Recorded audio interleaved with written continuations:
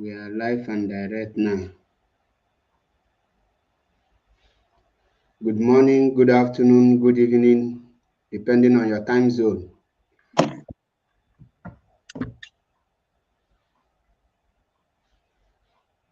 Just a minute. Okay. Greetings, Biafrans. Greetings, lovers of freedom. My name is M.A.P. Ezioku Bundu 1 in Biafra land. And I welcome you all for today's discussion.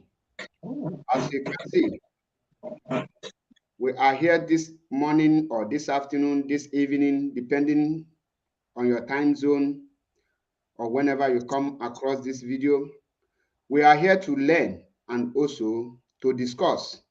And as you can see, the topic we have today is Africa really under curse? Now, this is a question that every Africans, most especially the youth, those of us in diasporas, who have witnessed a lot of civilization and seen how other countries are being progressed, how they operate, and seeing the mentality of every other person. So we are welcome you all today. And I have here with me our fearless Nwada Ejiro, the face of Biafra. Without wasting or taking much of your time, I will allow her to make introduction of herself as I welcome her to today's broadcast live discussion, as I may call it. Welcome to the program, Nwada Ejiro. Thank you very much, Mazi M.A.P. Thank you so much, fellow Biafrans. Good morning, good afternoon, good evening, great Biafrans, lovers of freedom.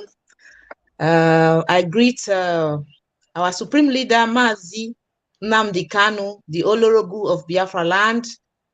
My greetings also goes to the docs, the DOS, they are very wise, and great Biafrans all over the world, IPOB members all over the world, those of you who have continued to remain resolute and continue to remain in the right path. I say, Mechuko Kika Abiama, Ogeno Jugu, Ogeno Lise, be with you all. Today, like you rightly heard from my comrade, we are here to discuss issues that is affecting us as a people. I mean, Africans. So thank you. Stay tuned and make sure you share this program. Thank you very much. Thank you, Nwada Ejiro, for your wonderful entrance. And I appreciate that. Now, Biafrans and lovers of freedom, you can see that it's no longer news of the suffering of African. Africa is the richest country when it comes to natural resources. At the same time, Africa is the poorest country in the world. Then you will be forced to ask yourself, what is actually happening? Why are we the richest continent in the world when it comes to natural resources? At the same time, why are we the poorest? Why are our people dying in numbers in the Mediterranean Sea? Why are we running out from our countries looking for greener pastures? Why we have the same thing that we are chasing in Europe in abundance, we have it in our hometown, in our own country. What is actually happening? Where do we got it wrong? What is the problem? And how can we solve this problem? Where now is Africa really under curse? For me, I think that Africans are not under curse, but we are under the manipulations of manipulations and the under slavery, mental slavery. You know, like we all know that we have two types of slavery. We have the physical one, the one that they did us in the 90s, in the 70s, when they conquered us and they take us, then do a lot of things to us. At this time, they are now using what we call mental slavery to manipulate us. And that mental slavery, it is very difficult for you to understand that you are being used. You are under the control or manipulations of another person. The example of what I am saying here is African countries. Do we have any Africa that are independent? Like Nigeria, for example, they will tell you that Nigeria got her independent 1960. The question is, Do you got your independence from who? And what is the agreement of that independence? What is the agreement? What did you sign to have your independence? And after the independence, according to them, that you are now a free person. Are you truly a free person? Are you in charge of your country? Are you the one deciding what will happen in your country? Are you the one in charge of your natural resources?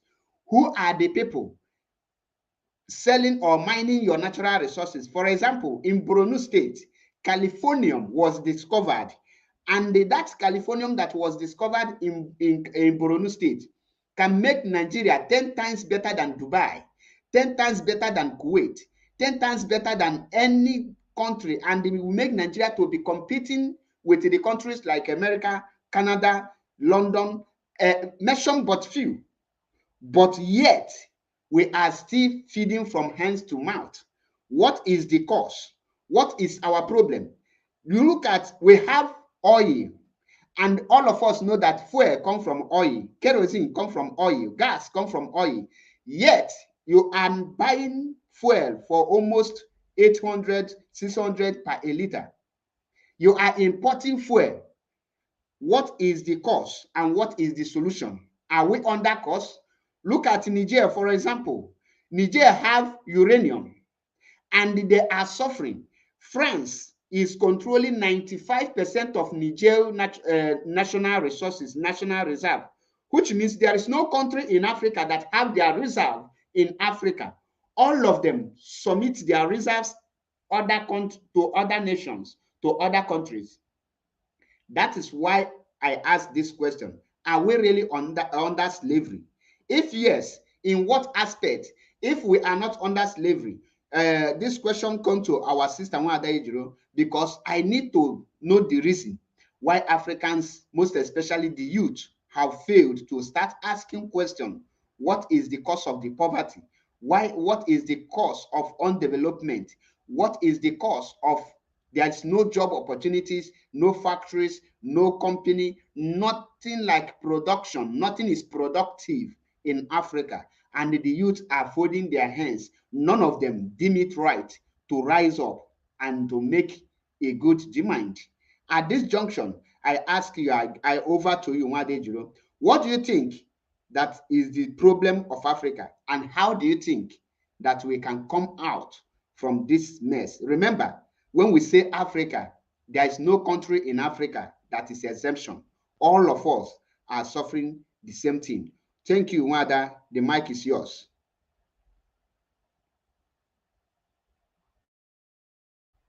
You mute yourself.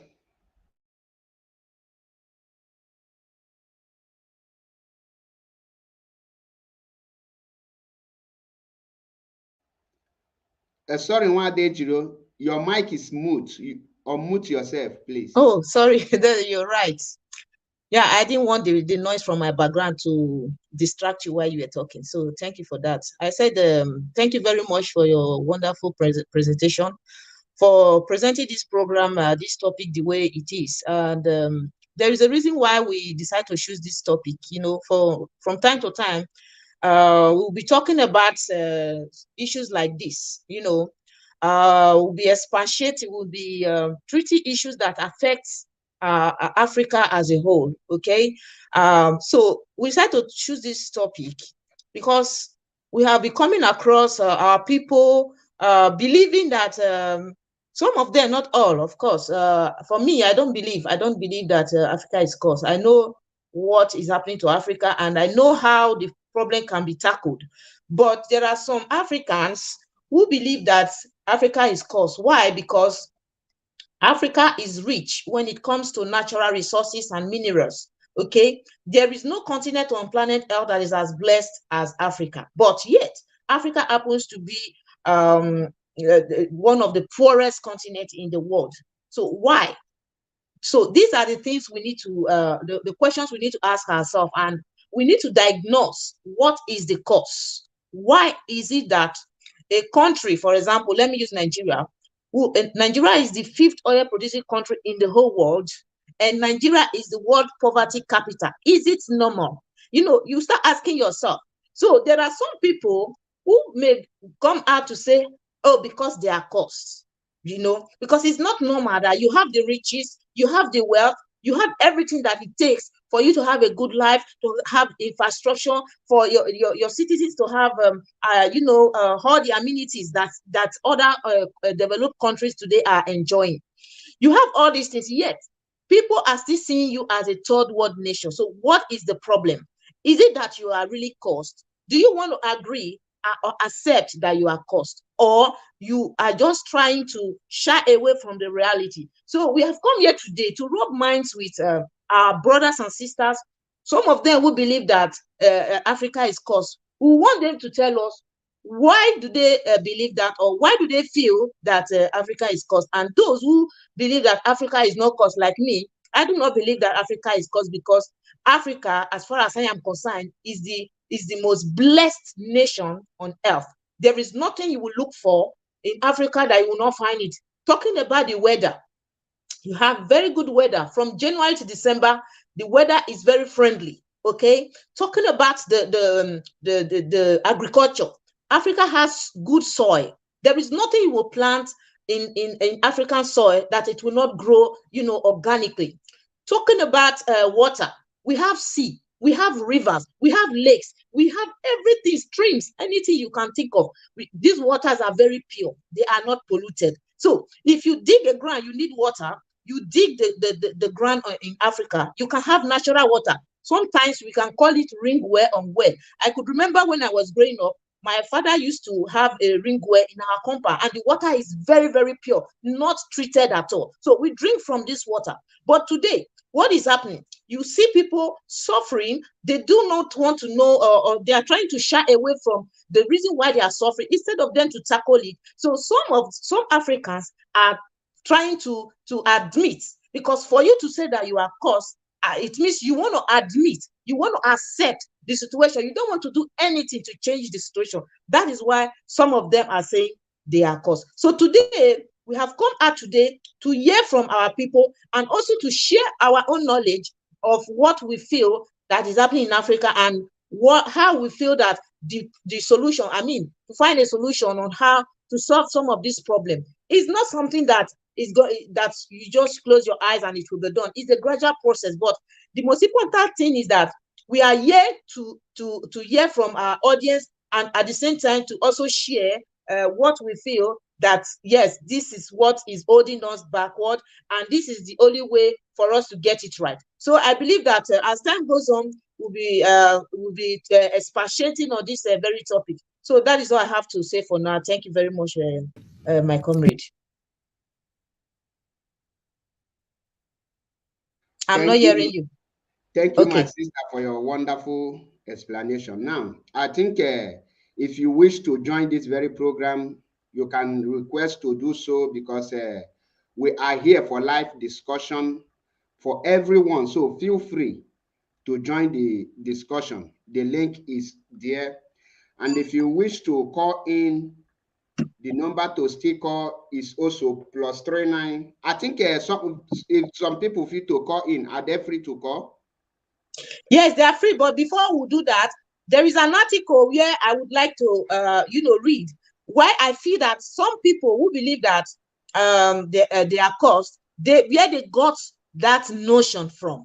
Okay, so I would like us to just take a very brief look at that very article. Then after, of course, the program is a very is a program meant for people to exchange opinions and ideas. And so they are welcome to call in for sure. Okay, before that articles, I would like to explain the reasons why some people think that Africans are undercost. Because in my own perspective, I think that those that think that Africans are undercost, then drive that very idea based on our actions and our character, because the character of Africans are questionable. The way Africans are reasoning are questionable. At times, we reason lower than animals.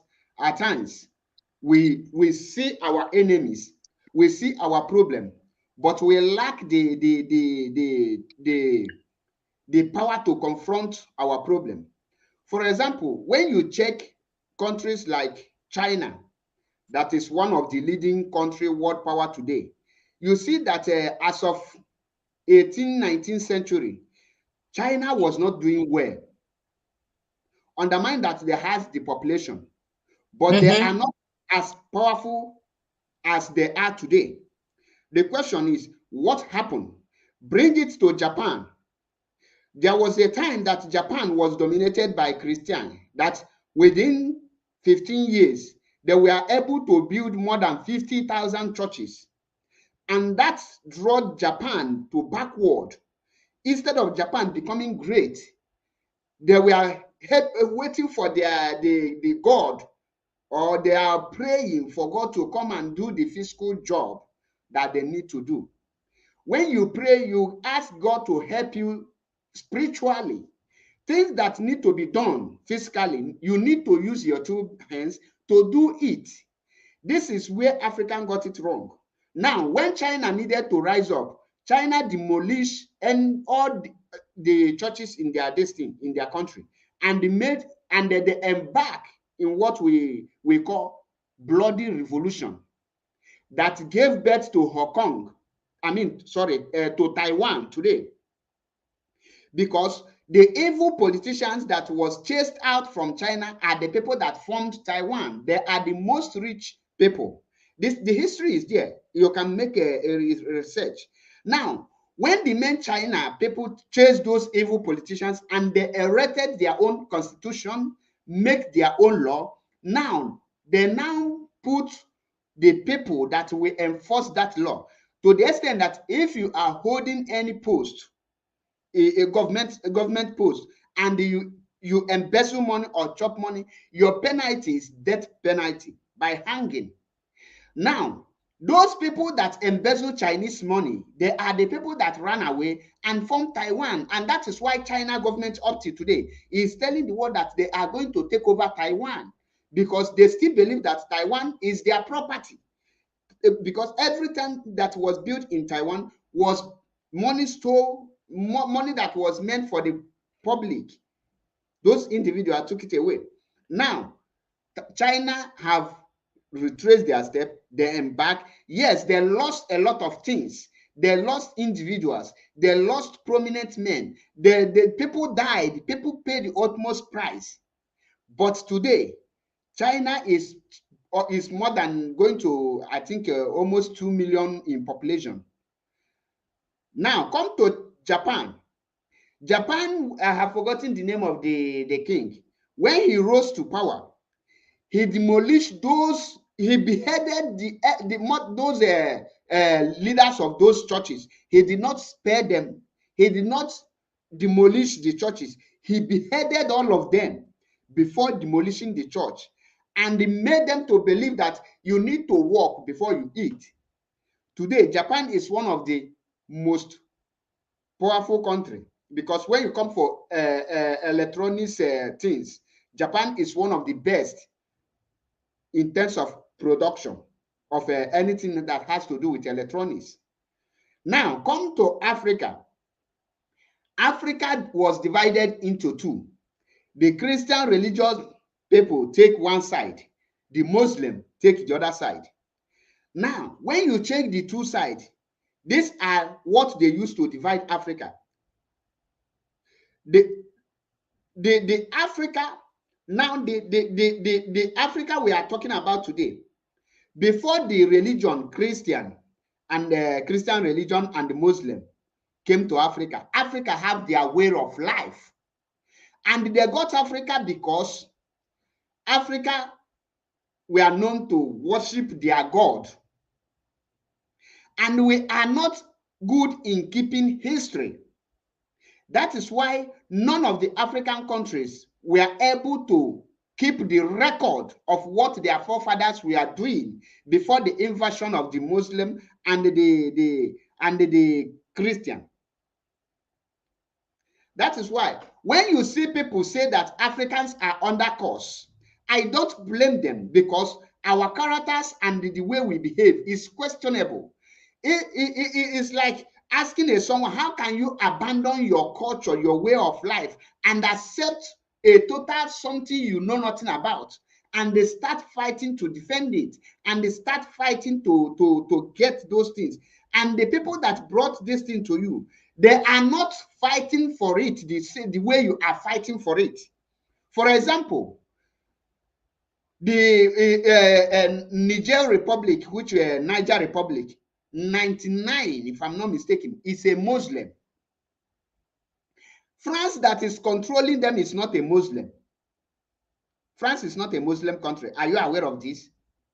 Now, how is France that is not a Muslim controlling you? But they equip you with anything that has to do with Muslim. You come to Nigeria today, the north are Muslim. The south east, I will use the word, old eastern region, present day Biafra. There are, I would say 95 are parading themselves as Christian, forgetting their root, forgetting where they came from, forgetting that their own culture. Now, when you check the whole world, there is no country that is moving forward by accepting a foreign or adopting a foreign culture in replacement of their own. Any country that move forward today is based on their culture, and I will give you the example. England, the Europe, these are the people that own Christian as their culture. That is their way of life. That is the Christianity. It's not another man's culture. It's theirs. So before you will ask me, is England not doing well? They are doing well because that is their culture. Is Europe not doing well? They are doing well because that is their culture. Ask yourself, China, are they doing well? The answer is yes. Are they Christian? The answer is no. Are they Muslim? The answer is no. Why are they doing well? Because they embrace their culture. When they accepted those foreign cultures, they were moving backward. They were even stagnant. But the moment they realize and they go back to their root, they start moving forward and they start competing with the world powers. And today, China is targeting to become the world power. If America just miscalculates, China will take a world power from them. There is no country in this world that you will not see a Chinese product. All the whole country, China has their product there. They have their shops and they bring their product. 90% of what the Chinese is selling in Italy is Chinese product. They will now add 10% or let me say 5% of Italian product, then add 1% of other countries in order to keep that relationship with them. Now bring it to Africa. How can a country in Africa that has the natural resources, God bless you with human resources. We have brain, but we don't make use of it. We have petroleum, which is oil. We have gold. We have diamond. We have anything that you can mention in this world. In terms of fruit, we have it in abundance. Do you know that Europe today, we import fruit like cassava from Africa? They will name it came from Philippines. They will not put that African label on it. They will bring some fruit in Africa. They will name it come from Brazil. And when you cross-check, you will see that actually Brazil don't even have 10% of such products to ship in or to export to other countries. Automatically, those things come from Africa. Yet, the people that those things come from their place cannot ask questions. Why are they dwelling in poverty? Why are they suffering? Why are they stagnant? Why are there is no electricity? Me and you know that the electricity is being generated through water with other materials that you need to add. Does it mean that Nigeria that don't have the money to put a constant electricity? Does it mean that Africans don't have the money to put a constant electricity? Because for country to have factories that will be running very well, for country to engage in infrastructures, you need a constant electricity. But the question now is, Why is the youth, why is the civil citizens of each of these countries are not asking questions? Why are they comfortable with poverty? Why are they living, feel free, feel so relaxed in living with abject poverty? What is the cause? Truly, when you come to think about this, it's as if truly Africa is under curse, because if these people are not under curse, what is pinning them down? What is holding them down to not to ask questions? If not for what happened in Niger recently, we will not know that Niger, 95% of Niger uranium and other things goes to France, while 5% goes to Niger government.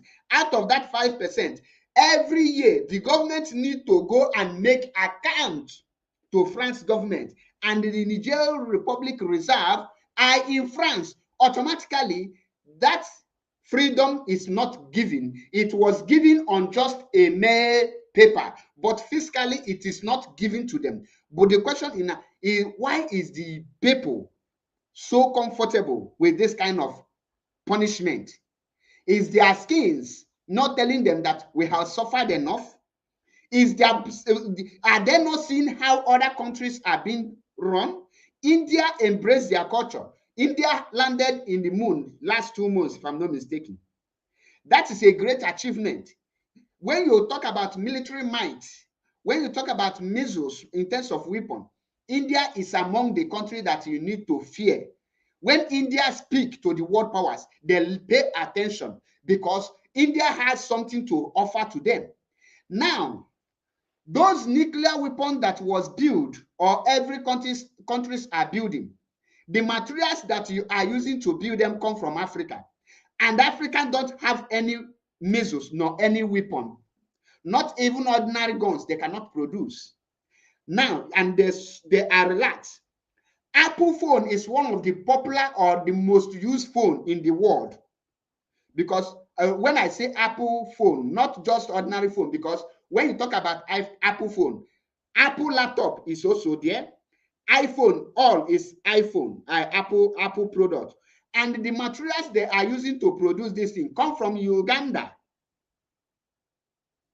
Now, how can you tell an African children that a country of over 200 million populations has oil, but they are importing fuel? How can you explain it to an European child that this country are number 6 in the world oil market, yet their citizens are suffering from petroleum, their citizens are suffering from gas, their citizens are suffering from kerosene? There is nothing like energy in this place. At this junction, I say that the mentality of Africa being the slavery, using religion is what put us under slavery. It's not, I will not use the word curse, but I will use the word mental slavery, because we have been projected to believe that God Almighty can come and create all those things, while other countries are creating it by themselves. So any day we rise up to shun that mentality of religion, because I will put it to them, to our African youth, that religion is the tools that keep us in abject poverty. And in as far as we are comfortable, we are good with that religion, automatically the result of being comfortable with religion is poverty and suffering. Any day we rise up and say, religion, enough of you. We have gotten enough of this Christianity. We have gotten enough of this Muslim. Both of you should leave our land. Let us go back to our root. What is our root? In our language, we say, akam akajaja nebutonu manu manu. Meaning that any hands that work must chop. The hand that work is the hand that we eat. Any hand that doesn't work, don't eat. Now, when you now see somebody telling you that I pray in Jesus' name, give me light, we need a light in Jesus' name, that is stupidity in the highest order. Now they created I will not go into that. Let me give you a chance to come in. There's an article you said you wanted to bring in, so let us take on the article. Then we will now go again because we have a lot to discuss. Yes, thank you very much, MAP. I think with your own analysis, you came to the conclusion that it is a mental slavery. Okay, it's not a cause. It's not that Africa is cause, but a mental slavery. And if you should look into that word, mental slavery, and try to know where it's coming from, you will see it that it has to do with religion. Okay, because if you look at the northern part of Nigeria, they have an imported religion.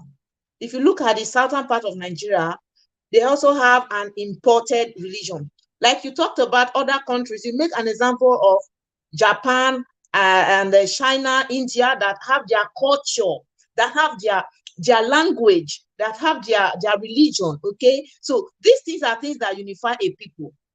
Having something in common, the value system. Indians, they have something in common. The Japanese, they have something in common as a people.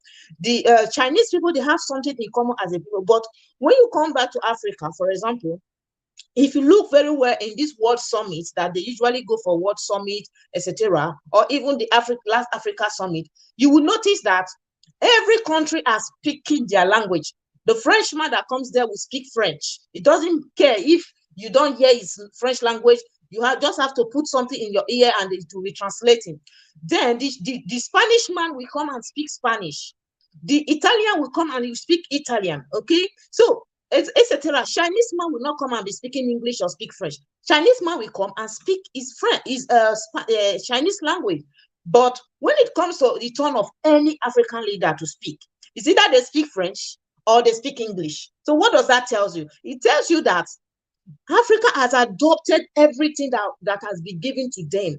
Language, culture, religion, everything is imported. Culture in the sense that today you see that our people no longer value or promote our own culture. I use it as an example in my last program, where you see African women and men and women, when they want to get married, they say the woman will say it is a must that they must do white marriage. You understand? Because she wants to wear that white robe. She wants to look like the white woman wedding, and she would not even care about a traditional marriage, a traditional attires that makes her look very, very elegant and look very, African in her appearance. So she doesn't feel that she's important or she's valued if she have to do a African traditional marriage. She wants to feel that because they always want to feel, oh, this is what is trending, and for you to be able to for people to know that, oh, you did a real marriage, it must be a white marriage. So these are some of the things. We don't value our own. We promote other people's culture. We promote the religion. We promote their way of life, etc., etc. So when you talk about the mental slavery, you are pointing at religion, and that we cannot shy away from it. For example, like I said, that I was doing a research about this topic 3 days ago, and yesterday, of course, I came across an article talking about this very issue, and I came to understand that the articles that I saw, they were all pointing at the same thing. They were all pointing that why some Africans believe that they are cursed is rooted from some verses in the Bible, So, and I kept reading this article, and I was like, wow. So this is why you see some of them, they will come out and boldly to say that we are cursed. And when you agree or accept that you are cursed, so you wouldn't want to do anything to get out of it. You just want to accept it. And for you, it's not a generational curse. Your forefathers were cursed. Your fathers were cursed. You now accepting that you are cursed. That means your children also will continue to be living with that curse. But once you don't have that mindset, or you don't have that belief that you are cursed, definitely you will look for something, a solution to that problem, that thing that is making you to remain stagnant, that is making you not to be seen as people, as a normal people. Okay, if you look around the world today, Africans are the ones losing their citizens. We are losing our people every day in the Mediterranean Sea, in the desert, people are dying and nobody cares. There's a video somebody sent to me and I was watching it. It says that the lady was saying, I think that lady is from Cote d'Ivoire.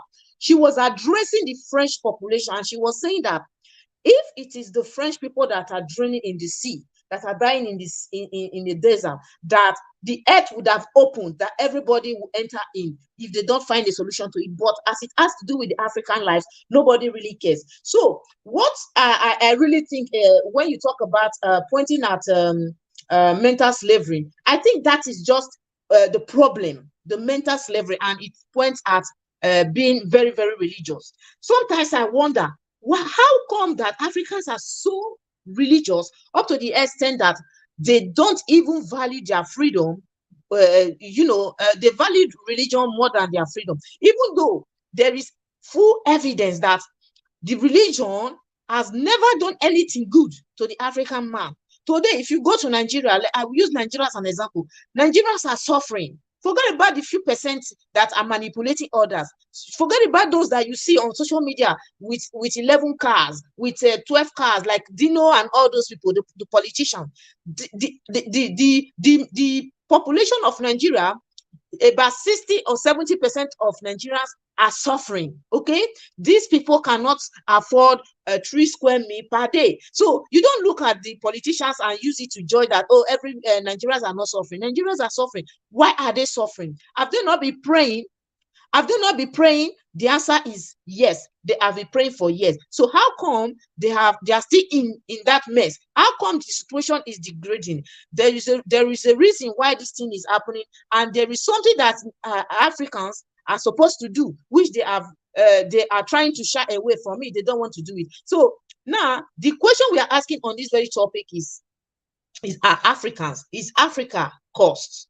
Do you believe, you as an African, do you believe that Africa is cursed? Those people that are always saying that, oh, we are cursed, we are cursed. I'm going to look into this article. I'm going to read it briefly to bring out some of the verses in the Bible that some people are using. Some of our people are using to believe that Africa is cursed. But in the recent, if you even go through that very Bible, that Bible verse, there is nowhere it is, directed to a particular people. So I'm going to go through it very briefly, then we'll allow our audience to call in. So in that article, let me go and get it, and then I will read it briefly. So the author of this article stated, okay, powered by, he said, I'll read. He said, Black people are not cursed. Black people are created in the image and likeness of God, just as much as every other ethnicity of human. The idea that Black people are cursed by God, because some of our people, I've heard it several times for people that we are cursed, God curse us, etc., because these people, they don't want to do something to get out of the mess. They know what other nations have done for them to be where they are today. Like M.A.P rightly said that Japan, they did something. Korea, they did something. China, they did something. They did not pray. They did not believe that they were cursed when they were invaded. They never believed. Japan, they were invaded with nuclear weapon. America invaded them. They never said, "Oh, we are cursed. That is why America did this to us." For them, they fold their hands. No, they kept on fighting. Today, before you count 10 countries, Japan will be one of them. So now let me continue. It says that the idea that Black people are cursed by God and divinely meant to be subservient to other race is often called the curse of Ham. Now, this is what they call it, the curse of Ham, based on an incident recorded in Genesis chapter 9. Other allegations go further back to Genesis chapter 4, saying that the mark of Cain. Okay, we all know what's the story of Cain in the Bible. Okay, now, which accompanied a curse upon Cain, was that Cain's skin was turned black. Okay, according to the way they wrote it to. The problem is Neither of these passages says anything about race or skin color. Those who say that black people are cursed by God have no biblical basis for their claims. In Genesis 9, Ham sees his father lying drunk and naked in his tent. Okay, that is Genesis 9:20-22. Ham tells his brother of their father's condition, and his brother averts their eyes and respectfully cover his father. Okay, when Noah came to, he discovered what has happened and leveled a curse on Canaan. One of Ham's sons caused be Canaan. The lowest of slaves will be to his brothers. So Noah caused Canaan that he would be the lowest of a slave to his brother. And it was said that the descendant of Ham, according to the Bible, including the Assyrian, Canaanites, Egyptian, and Ethiopia. Okay, now if the cause of Canaanites, if the Egyptians are the descendants of a Canaanite, how come the Egyptians are not doing bad? They are not doing bad. When you talk of strong countries in Africa, Egypt is one of the strongest countries in Africa, and Egypt is one of the oldest countries in the world that did not even change their name, you know. So now some Africans, they go to the Bible, they read these verses in the Bible, and they just feel, oh, since it is the word of God, let's just assume that, okay, these people that were cursed, and it was said that Cain's skin became black, maybe I am from Cain, that is why I am black. Now, I want to tell you, you are not cursed. If there is any people that are blessed, that are more blessed than in the whole world, are you, the African people. Your problem, just like our brother rightly said, is mental slavery. Okay, because if you are cursed, how come your land is so rich? How come you have everything that you need, that a people need to be the greatest on earth? How come you have a good weather? How come you know, whatever, you are very intelligent, whatever you do is productive, you are innovative, you are productive, you are, you know, how come all this? There is a problem. That problem is what I just read now. After going through the Bible, some people, they will not interpret it or read it out of context, and they say, oh, this is why we are cursed. You are not cursed, because people come to you for survival. Without you, the people who you feed, they are not cursed. They come to you. They get what you have in your ground. They exploit it. They bring it back to their country. How are you cursed? If you are the one that never have all these resources, then maybe you will be saying, oh, we are cursed. We don't even have anything. We are not productive. We don't have anything at all. But people who you feel that they are not cursed, they are coming to your land to take that thing that God has given to you, or for those who don't believe that there is God, that nature gave to you. You have these things, and yet you are crying that you are cursed. Do you think that it is you are truly cursed, or it is in your mind that you feel that you are cursed, or you are the one that is placing that curse on yourself? Because a person that is cursed is a person that doesn't have the things that he or she needs to be able to do the things that he's supposed to do. As far as I am concerned, Africa as a continent is not a cursed continent. Even the West are saying that they cannot do without Africa.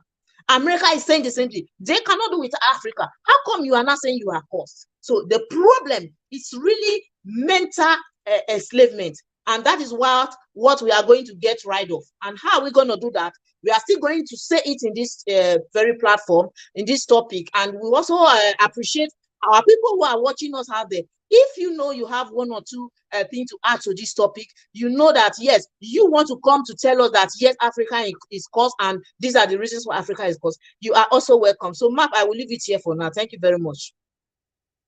Sister, I believe with this your explanation, you just hit it the way it is. And to be honest, I think this is one of the best program we have ever had this year. And I think and I believe we'll have to continue, because Consistency is the key. There is one of our brother on background, Harrison Edalo. You have to connect your microphone and your camera so that I will be able to bring you in. Connect it. Just tap on them so that I will be able to bring you in. I cannot bring you in when your mic and the camera is off. That is what my laptop is telling me here. So please, you can kindly do so. While we are waiting for our guests to come in, anyone that feel like you have something to say, or you have your own different opinion in what we are saying here, the floor is open for everyone. It is called live discussion. Now, while I say that this is a mental slavery, some of you will ask, how do they capture us with this mental slavery? How do mental slavery function? These are the things I would love us to discuss again. Let me tell us one thing. Mental slavery cannot function without religion. Mental slavery cannot they cannot capture you without using what you like. Like I tell our people that the evil people will always capitalize on something you are doing before they will not put it to you. For example, if you are not a womanizer, nobody can use woman or anything to make you to be chasing women anyhow. If you are not drinking, nobody can get you through drink. So is that thing that you are eating, people will always get you. Africans are, I will say that we are religious in nature. That is why the Europeans, the white, I will not call them the white because they are not white. I always argue this point with them. Whenever they say they are white, I will just look back and I will just tear a piece of paper and I ask them, what is the color of this piece of paper? They will say white. I will say, put it near your skin. They will say, oh, I will say, no, I'm not white. Exactly. I also do the same thing. It's true. Yeah, that's what we argue this thing every day. Once we are discussing and any of them refer themselves as a white, I will say, no, you are not white. You are brown, or you will say you are yellow. I will just give them either I will find something that is white and bring it to Pure them white. immediately. I will first ask the person, which color is this? He will say, he or she will say white. I will say, now, do you have the same color with this thing? He will say, no. That means you are not a white. White. Exactly. You will say you are black, like the cap I'm putting now is black. Is my hand black? Am I? No. So I am brown. I would say fair in complexion or dark in complexion. Dark, yeah. Yes, not a white and black. And I told them No, that somehow they are like pink. They are like pink, map. okay, it depends You see on the color. If you look very well, I'm not trying to be insulting. If you look, the color of pig is the same color, the skin of pig. So they are not. It's not white. It's the same color. It's pink. exactly. You are correct because even a Karagold have confirmed it on the comment section. Now, when we say we are mentally slavery, how do we become mental slavery? They introduce this religion, like what our sister used, the article you read here. You see that they are now positioning Bible, using Bible to back up their claims. The question you will ask yourself today is, apart from Egypt, other countries they mention in the Bible, apart from Egypt and the Israel, where are the other countries? Where are they today? Who wiped them out? Was their name changed? And who changed the name? At least, even if the name changed, you will say this country was formerly called Canaan. Today, they are so country. This country we are formerly called Amalekite, or all those names in the Bible. Like Egypt, we always see Egypt, and we know that the king of Egypt is always called Pharaoh. Now, where are the other names? You can't find this. Now, then tell you that you are under curse. Now, when you hear that you are under curse, you say, oh, God have cursed me. So the curse that I inherited from my forefathers, who I cannot cure it. You are not under course. Your ability, what you lack is the ability to ask questions. When I say the ability to ask questions, not to ask stupid and useless questions, but to ask a very reasonable question. For example, when I was in school, in primary school and secondary school, they used to tell us the history, false history, and all of us believed it, that Mungo Park discovered the River Niger. Does it mean that? But now we have started asking questions. Was the River Niger that Mungo Park discovered, does it mean that the river was not there before he traveled all the way from Scotland to come there? Now you see that when we start asking questions, we now discover that he did not discover River Niger, rather he named it River Niger. Because when they come, remember that Scottish are part of Britain. And the Britain are on a mission in Africa to capture and destroy Africa. That is why that river is what they call in our language, we call it Oshimiri. Now, a river is that word Oshimiri.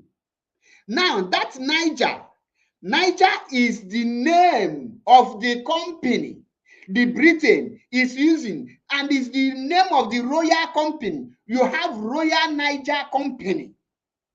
And I want you to connect the dots. You now see Nigeria name was named Niger. From Niger to Nigeria, the royal company name was Niger.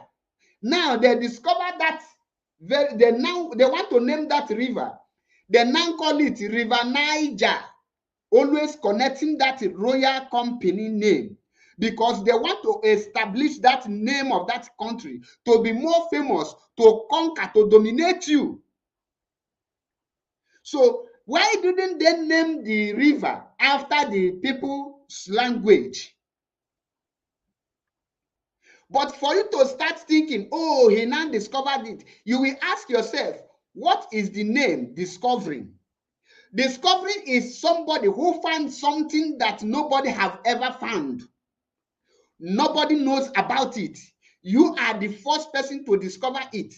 You are the first person to manufacture this. I can tell you now that Mark Zuckerberg discovered Facebook, because nobody knows Facebook until Mark Zuckerberg come. Yes, there is other ones like that have existed, but they are not Facebook.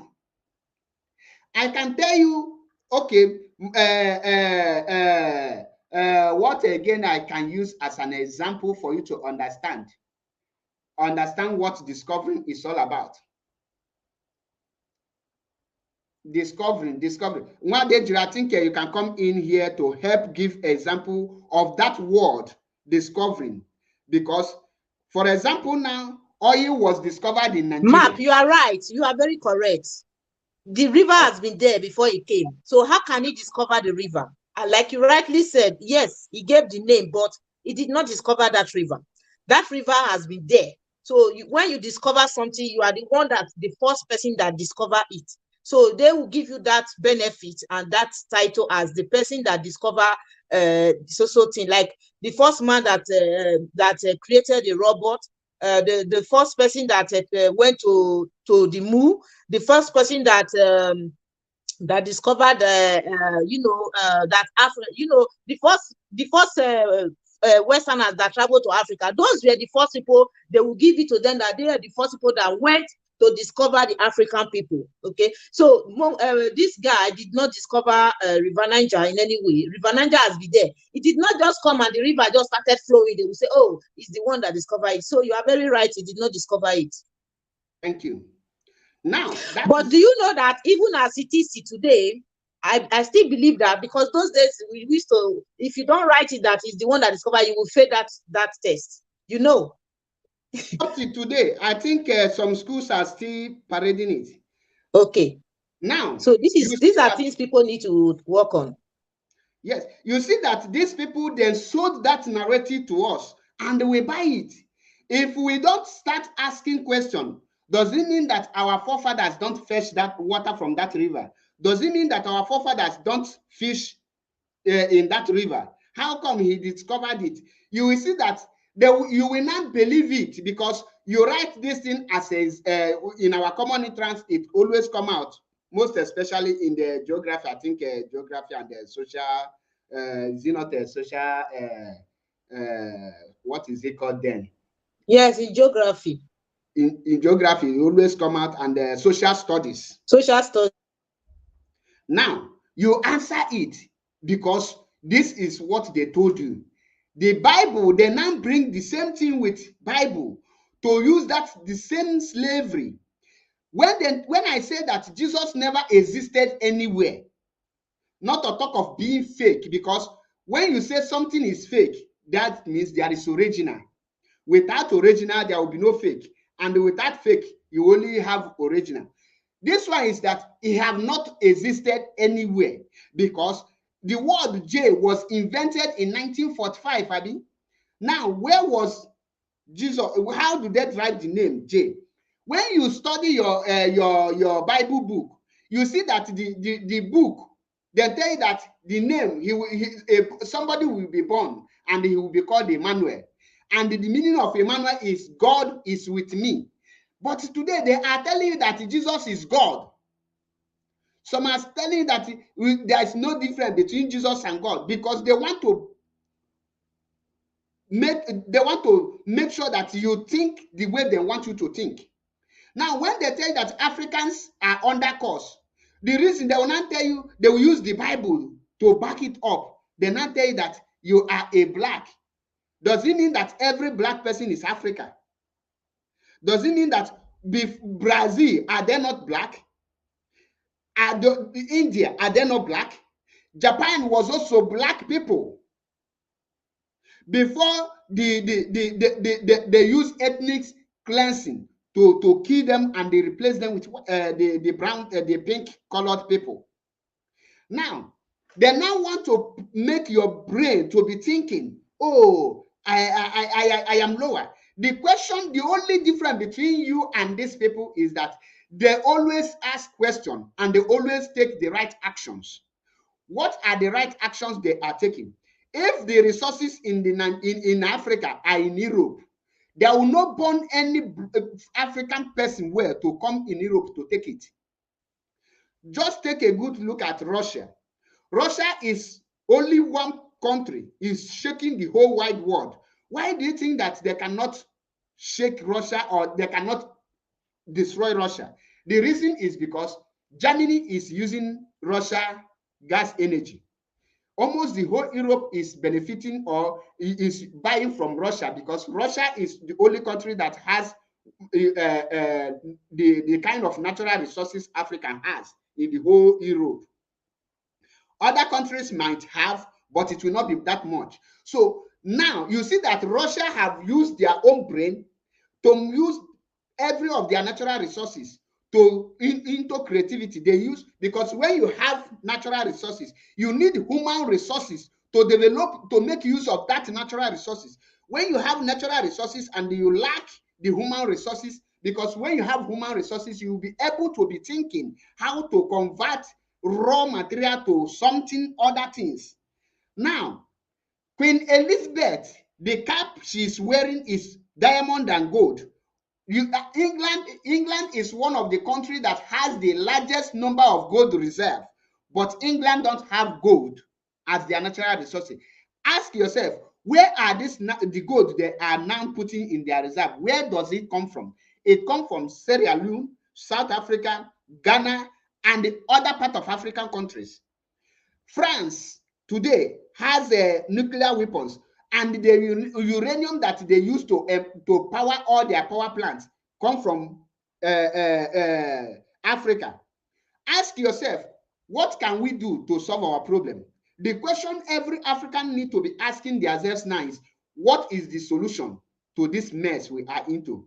You don't need to say there is no solution, that we cannot do it.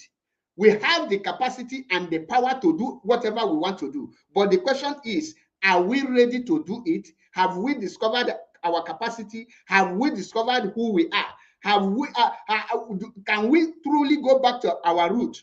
Can we truly reject this religious bondage they give us? Can we truly tell the Europeans, take your religion, the France, the Muslim, the Arab nation, come and take your religion too. Because if you check Kuwait, Saudi Arabia, check Dubai, all these countries are Muslim because that is their culture. And you see them, they are doing well. You want to travel to Dubai. What do you want to go out there to do? Because you want to go there because Dubai have a functioning government, a functioning system. You want to go to Kuwait. Do you know that Kuwait dinars is the #1 currency in the world? #1, not #2. Kuwait dinars is the highest currency in the whole world, followed by the European pounds. Before the British pounds, before the Europeans euro, before the American dollars. Now ask yourself, how do they rate all these currencies? They rate it based on what you can, your value of what you have, your natural resources and your product, what you can offer. And in Nigeria, who have Californium, gold, petroleum, coal, mention but few, timber, their naira is nothing to write home about. You go to Sierra Leone, their currency is 0. The whole Africa is only Egypt and before, when Muammar Gaddafi was alive, the Indian dinars were making waves, trying to have, because the Muammar Gaddafi wanted to use the natural resources that are in Libya to build their currency and build the whole Africa. And that was one of the reasons they killed him. Now, the solution to the mess, to our problem today is, how can we ride off the Christian religious bondage? Take it out. Then, the Muslim part, those that we are dominated by Muslim, you will start thinking, how can you take away this thing? Then making a law that will govern you. Once we rise up to embark on revolution, with the revolution, you will chase them out. When I say revolution, don't expect your military to give you the freedom you are fighting for. The military, the African military put together cannot liberate Africa. And Russia sending their military to Africa cannot liberate Africa. There is no power of a military in Africa that can liberate Africa. The only thing that can liberate Africa is the citizens of Africa, the civilians of Africa. The moment the citizens rise up and say, enough for the Britain, enough for the Europeans, enough of all those things, all of you should pack your bag and packages and leave our land. Then you should be ready to tackle, because they must come to fight you. And they will not come physically, they will come with your own people. They must mobilize their people. That is why you need to be prepared to engage in a bloody revolution. That bloody revolution is taking down those people they are going to bring. You must bring it down. Without this, you cannot free yourself. So religion is one of the real reasons Africans are behaving as if they are under curse, because that is the genesis of our mental slavery. If we can, because when you check, you see that once you are deep into Christian, you will not be thinking about going to war. You will say, karma is for the Lord, vengeance is for the God. I pray for God to destroy Tinubu. How can God destroy something? God is not a destroyer. The moment God creates this heaven and earth and give human the power, he takes his hands off. God, there is no amount of righteousness and amount of prayer you can pray today that will kill any person. Prayer don't kill, and the prayer can never give you anything. Prayer can, even in your Bible, they can only, the Israel that Christians are looking up to, according to the Bible they are reading, Israel are known for war.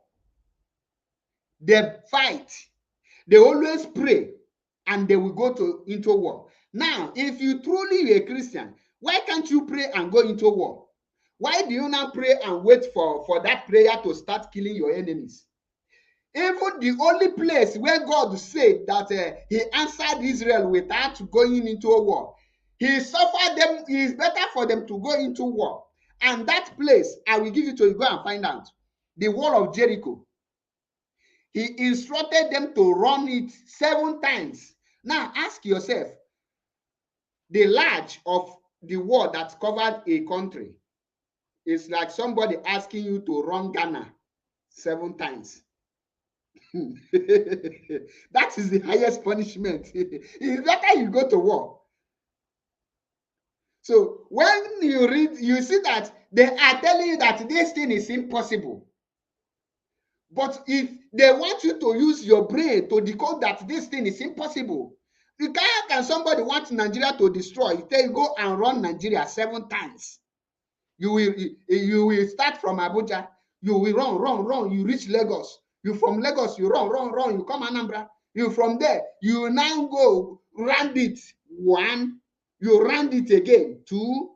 Some people will die. You cannot even make it. The guy that threat for Buhari, I believe he contacted the disease. He is suffering today. So you will use your brain to understand that there are some certain things that are not really, it never happened. But they want you to believe that it happens. Do you know the power of of the citizens? The citizens can bring any person to stand still. When I was watching a program of from our brother Nwada Ejiro, when he bring this boy called Udele, Chukwuka of Ebu, and Chukwuka of Ebu said that the government, everybody's government, everybody's not government. Government are those that selected or elected to represent the other people, to make law, and these are the government. Now, when the guy was trying to protect the politician, and I was forced to, when we were asking which person's duty to prompt a sitting governor that is not doing anywhere, that when you give the person money and the person fail to invest in that money, this thing, who is person's duty to arrest that governor? He said it is the civilian. The masses are not protesting. The masses, we need to hold a whole person of them accountable. That is a lie. If as a president you give a governor 40 million, say go and put light, there is something called law enforcement. If that governor failed to use that 40 million, you need to use the power of the law enforcers to arrest that governor. The citizens cannot arrest the governor. The federal government can actually arrest the governor. EFCC can arrest the governor, prosecute the governor. What is holding EFCC not to prosecute it? That is corruption. And the government are corrupted. That is nepotism. With nepotism, you can easily involve and cage yourself with corruption. So I will drop it here so that our sister will come in. Harrison, you are trying to come in, but it's not connecting. You can call direct line if that case may be, in case you try, or let me drop the link again so that you can try. You have tried 3 times, but the person couldn't come in. So Nwada Ejiro, the platform is yours. Go ahead. Thank you very much, Mark. Yes, like you rightly mentioned names of some of these, I call them heroes, African heroes, you know. Yeah, if some people believe that Africa is cursed, it is because those people want to continue to remain cursed. They are the ones that cause themselves. They cause themselves in the sense that nobody is holding them. Okay. Just a minute, we have our brother here, Mazi Metusela Melchizedek. Okay. Mazi, you can go ahead. Yes, good evening, lovely brother and lovely sister, Nwada Ejiro and Paula Chebe. I just want to put my voice. It's not that we don't know where our problem lies, but at least what you people are doing is very, very important, and at the same time to help our people to know their left from their right. I just want to very, very snappy. Our people, even sometimes I begin to think ahead on. There's another problem again that I've discovered, because sometimes our way of reasoning are not the same. It is a very, very big problem. Like as you people are mentioning now, there's the people that their mind are fixed. So they are not even giving themselves an opportunity to think in another direction. So the journey we are into is a very deep one. It's going to take centuries, but at least the foundation will be started by us. Now, let me just take you back to what happened in 15th centuries. And this is exactly what we are doing now. Some of you should know who is Martin Luther King. Martin Luther was a monk, a German monk, and a teacher. He challenged the authority of Catholic Church and sparked the Protestant Reformation today. Some people are jumping from one place to another. Some say we are Deeper Life. Some say we are Apostolic Church. This one say we are Redeemed. They don't know how those things came into existence. One man called Martin Luther, even he published a document. He called it 95 Theses. What does that 95 Theses is all about? He criticized the practice of selling indulgences and called for a debate on the true meaning of Christianity. That is what this young man did. And this is exactly what people are doing now. Because it is good for us to debate. This is the problem we are having. I know sometimes what has happened to us in the past sometimes doesn't allow us to hold our temper when we see someone going into another direction. Because I've met a lot of pastors, especially here in Europe. And to be honest with you, they are very kind. They never denied. They never tried to deceive me. They said, yes, you people, we are subdued. The religion brought to your land was not just by normal preaching. And if you see that the journey we are into now is hard, ordinary preaching is hard. That's why I'm telling many of us, it is going to take us centuries. The one that brought to us was not by preaching. It is by force. And now we have adopted it. The analogy of some pastors in our land, this is why sometimes it's not only religion itself is the problem. Sometimes it's the level of exposure and education. Because we have those pastors here, they never even want to deceive or even lie to me so that I will not be offended. But the pastor in my place, who is also from my own place, is trying to deceive me from not knowing what happened. But this people will look in their face and tell you, yes, it happened that time. But the analogy of the pastors at home is that they will admit, some will admit that, yes, it happened. But we have to find love into it. So we need to find love into something that came as a virus. Even though it is eating us dry, but we must find love. Now, let me go straight to this practicing of indulgence. Because in those days, what they do was if you commit what they call sin, Christians develop something they call sin. You have to buy it over. It is called indulgence. You have to buy it. They sell it. In order to, just like now, they say go and do fasting, do praying, so that God will forgive your sin. And it's because of Martin Luther that made them to change this analogy of selling it before they sell it as money. So these are the reasons why you see us doubling in different directions. Now, there's a video I watched. A man, I will post it later. Somebody from America is a preacher in America, and I know many of you must have seen it. A video in America, somebody that called himself a Christian is preaching, telling his congregation that the slave that came to Africa was a good thing. Why? Because those people that he brought to America for enslave them and they died, that now they are in the heaven. That if they didn't come, those people will be in hell. And which hell is he talking about? Africa. He said that those people that are there now, they are in hell. But those he brought in Africa, he's a man. This one is a learned person, he's preaching. And a woman, I think that woman from East Africa or so, they're the one that are interpreting it, saying, no, this is wrong. To say that you brought us as a slave, in other words, you enslave us and we die in it, we are in the heaven. But those that don't have the opportunity to be enslaved are in hell. So you now begin to see that these people are making mockery of us, even at this 21st century, because we are still holding it so firmly. Yesterday night again, I was watching a documentary Do you know that people from Europe here travel all the way to Congo to go and visit chimpanzees? Because they are feeling for chimpanzees are suffering. They travel, they were petting them, they were caring for them, they were providing for them. And I begin to ask myself, so in other words, chimpanzees, some people here see it more important than those in Africa that are dying and looking for who to come and save them. So in summary, what you people are doing is a very, very good thing and you in the right direction. Now, I have been a victim, and at the same time, I witnessed a lot of, threats. If I tell you that I have been threatened, but I don't want to speak it out because of what I'm doing. So I'm telling me we are going to do you this, we are going to do you that, since you have lived what we were here for and dabble into religion. Leave religion alone is not our problem. Our problem is the government.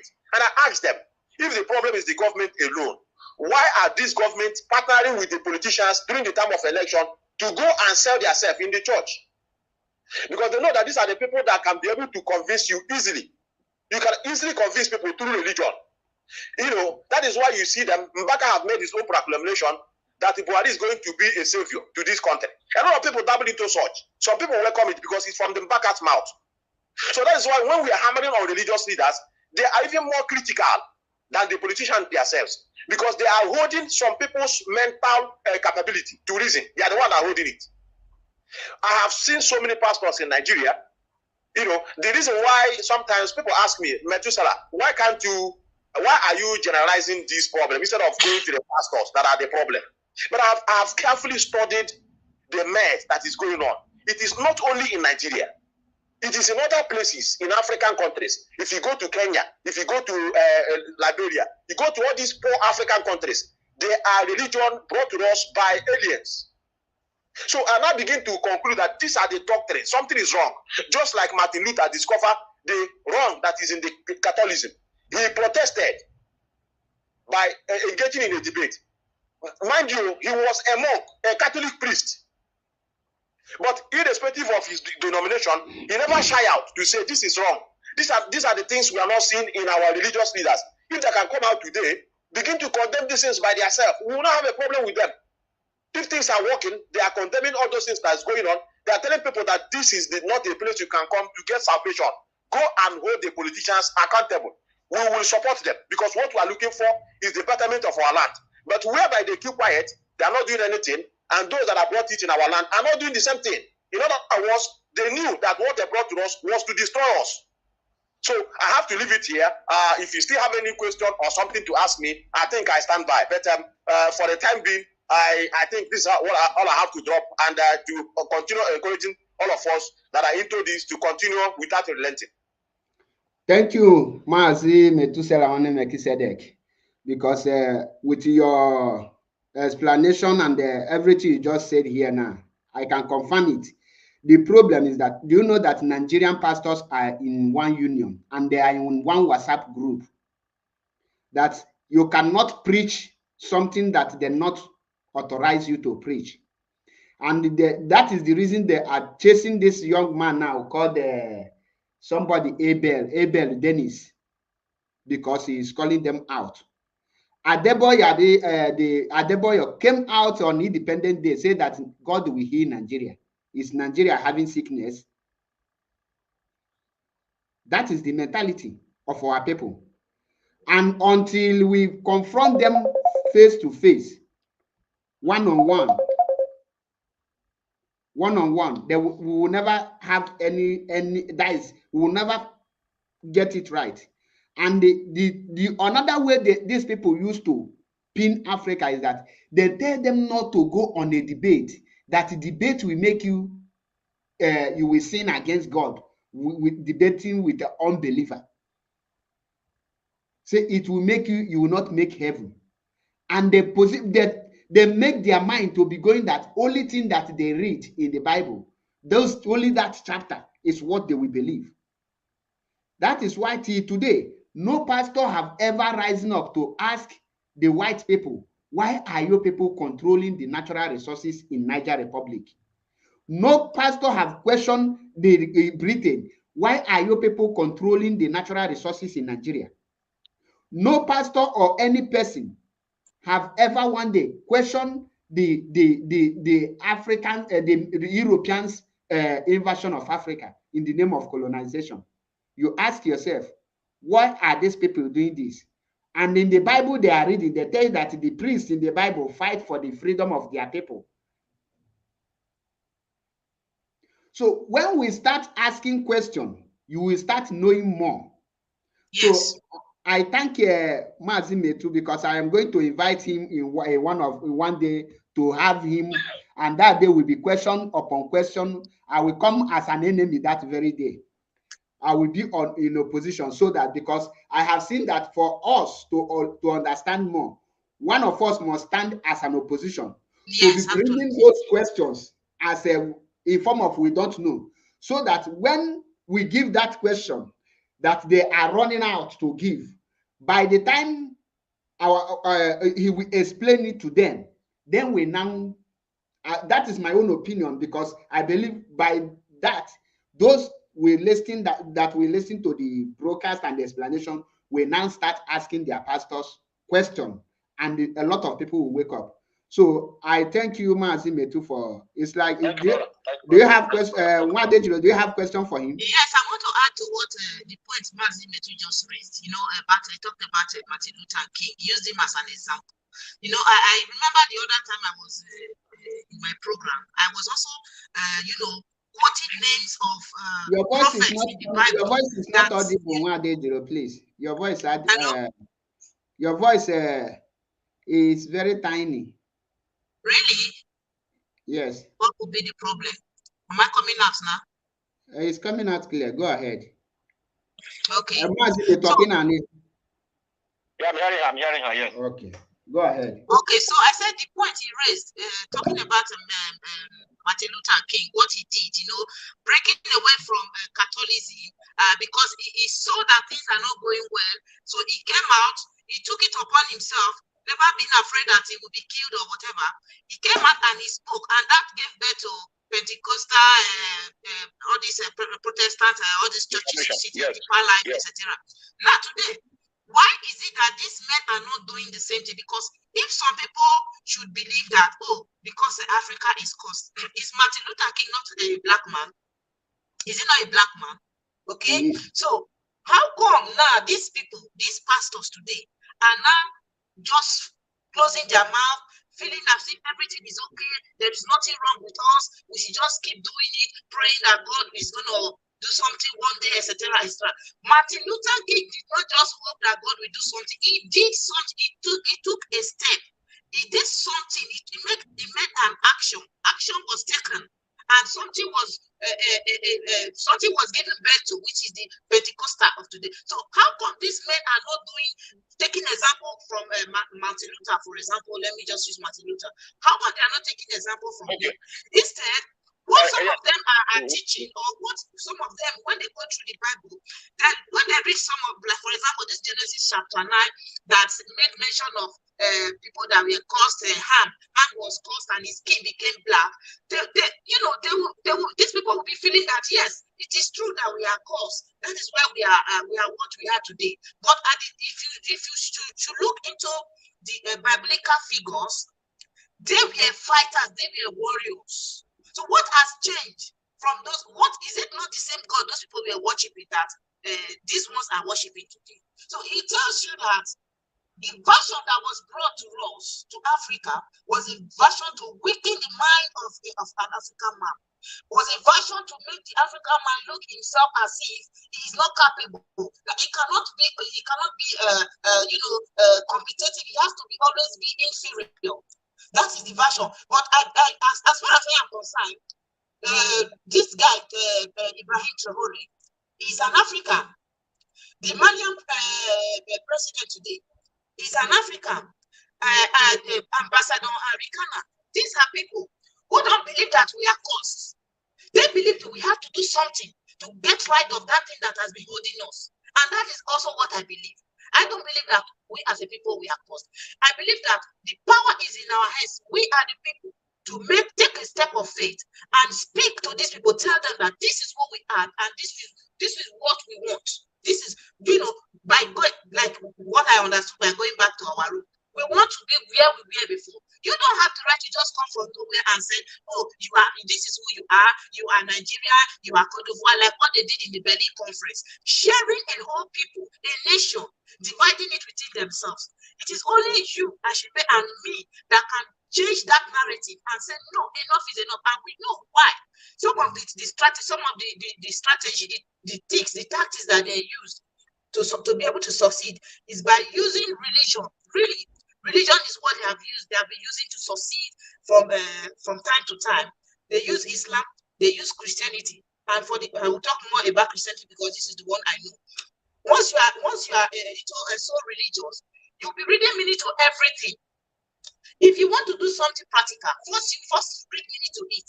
Anything that happens around you, you want to read meaning to it. You know, that is the mindset. But once you are able to get out of that mindset and say, I want to do something practical, okay, then you will start getting it right. And I believe those men that have risen up today in Africa that are telling France, leave Africa alone, allow us to control our resources. Enough is enough. Just imagine, for so many years, you have been collecting uranium. You have been buying it for cents, like less than 95 cents or 85 cents. Then you sell it for 1 kilo, you sell it for 200 euros for 1 kilo.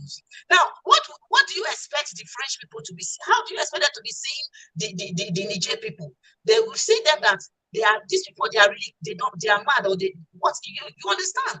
And on top of that, the little money that the French government will pay to them for buying their uranium, they will still have to pay tax to the French government. The French government will still be the one to give them the money that they will be using, that their currency is still coming from the French government. My dear, what do you have to think about this kind of people? So these men have risen up. They said, no, we are not cursed. We know where our problem is coming from, and we want to take it back.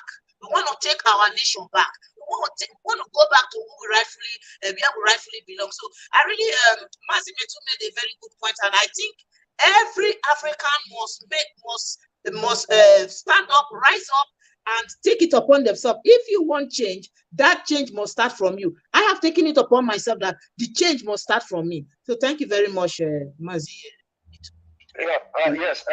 Yes, thank you. Let me correct something before I go.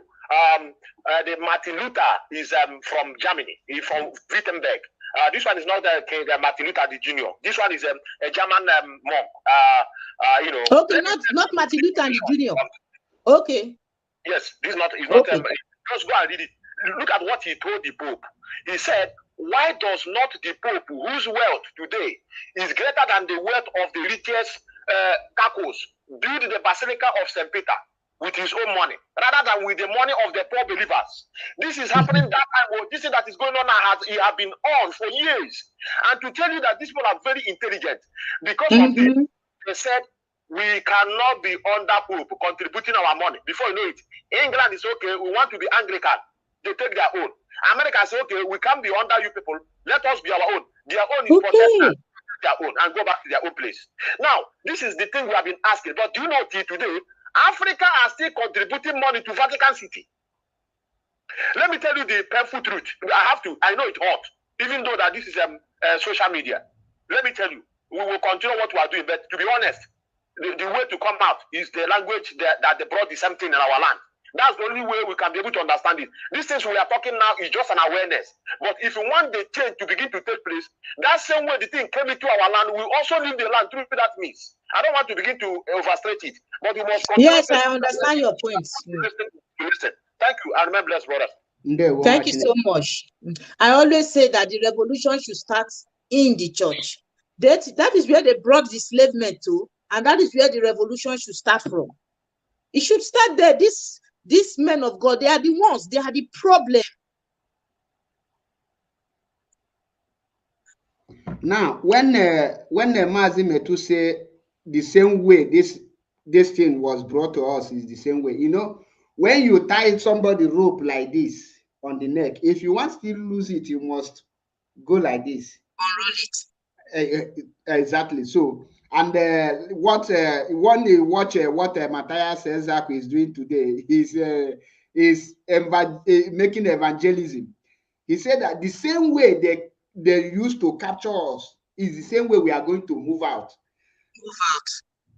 If these white people, I keep on calling them, if these pink colored people, for us to chase them out, we must first of all chase their people they are using in Africa out first.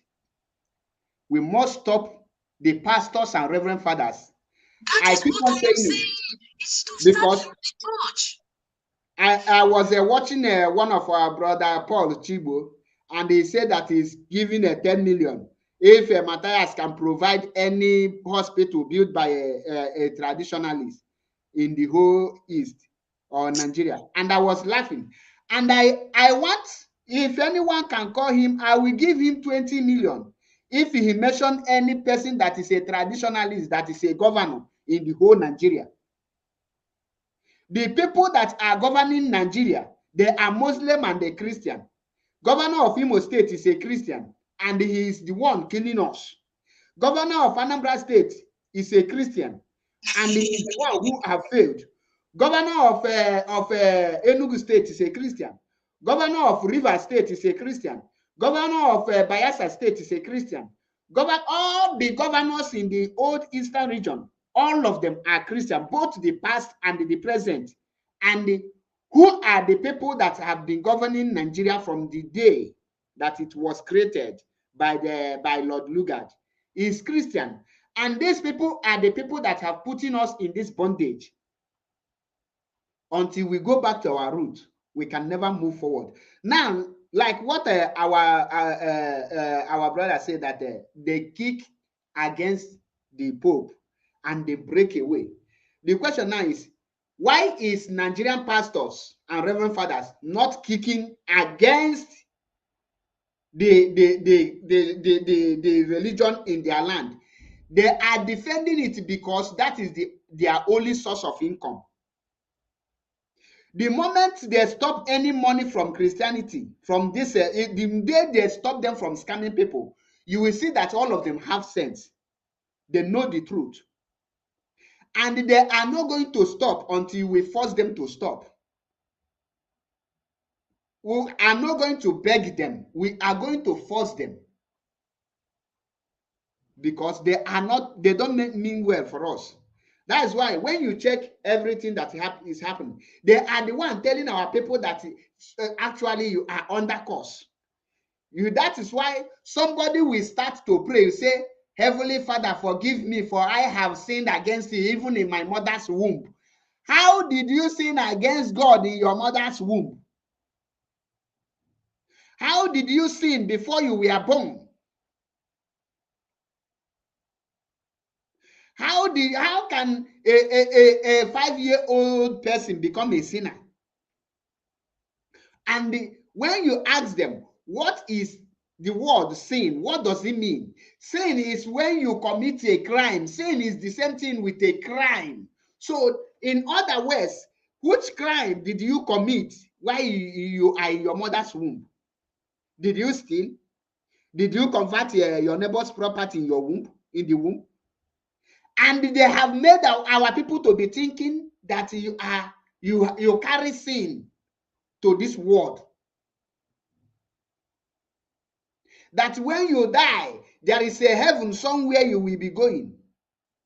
There is no heaven anywhere. That mentality is what we are going to stop. Then they say that God created heaven and the earth. They refuse to tell you where God was before creating it. Where was he? They now tell you, oh, Satan is in hellfire, but they are on this earth, binding and sending Holy Ghost fire to somebody that is in hellfire. How can somebody be in hellfire? Look at, that is the way we think. Like I said, that our character is questionable. Our behavior is questionable. Everything about our African is questionable. Somebody writes a book to tell you that Satan is in hellfire, that God put him in hellfire.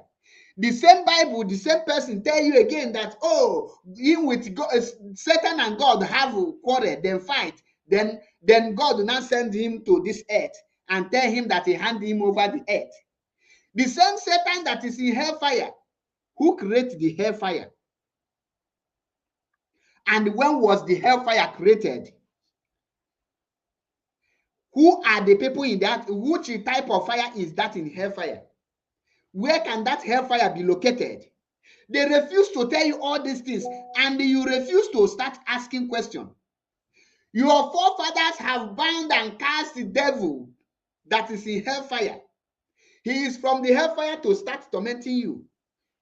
Then, when you are captured, you are stealing. You were captured, they will ask you, why do you steal this phone? You say it's devil's handwork. Where did you see the devil? You plan it by yourself. So the ability for our people to start asking questions is the capacity for us to be liberated. When you don't have the ability to ask your pastors the main questions, ask them to give you, to defend everything they are saying, at that junction you will become weak. Christianity, Africans cannot be liberated. We cannot get our freedom with the type of Christian we have today and the Muslim mentality. Because when any person is trying to rise up, they will use your faith to drop you. Say, look, my faith, what will you gain? What will you benefit after gaining the whole world and lose your soul in hellfire? You will now be shocked. You don't want to lose your soul. There is a video I would love us to play here. Very short one. Very short one. Let me check if I will have it. Yeah, let me just add to the issue of heaven and hell. According to Genesis chapter 1, it said that in the beginning, God created the heaven and the earth. He didn't say the heaven and air. So God did not create hair. Hair was created by man, not according to the Bible. Because there's a call, right? There is a time I would really want us to talk about this hair fire of a thing. It's another topic for another day. Okay. Because if you go through into the Bible and take a very good study of the Bible, you will see that there is nowhere is it written that God made mention of hair. This is just something that they use it to scare people. You know, when you feel that, oh, if you die, you go to hell. Then you now have to ask yourself, at the same time, you ask yourself, what about those people that died before Jesus came? Where are they? Are they in hell? Because those people did not receive Jesus now. People like Joshua, there are people in the Bible, Anna, Ruth, and these people, they didn't receive Jesus. So did they go to, are they in hell as we speak now? Because if the way the pastors are preaching it today, that if you don't give your life to Christ, you will go to hell. Where is that verse? Or where is it written in the Bible that God created the heaven and earth? He didn't say that. He said he created the heaven and the earth. And as we are in the earth. So the heaven is, where the other beings are. They just take it like that. So I just want to add to that. Thank you. We are not going to go into that very topic, but for just a minute, I just come across this video. Before I will play the voice of this our sister, because we need to play it so that it will help our African people to start reasoning, to enable us where our problem is. If not, believe you me, the way our people are reasoning is overwhelming.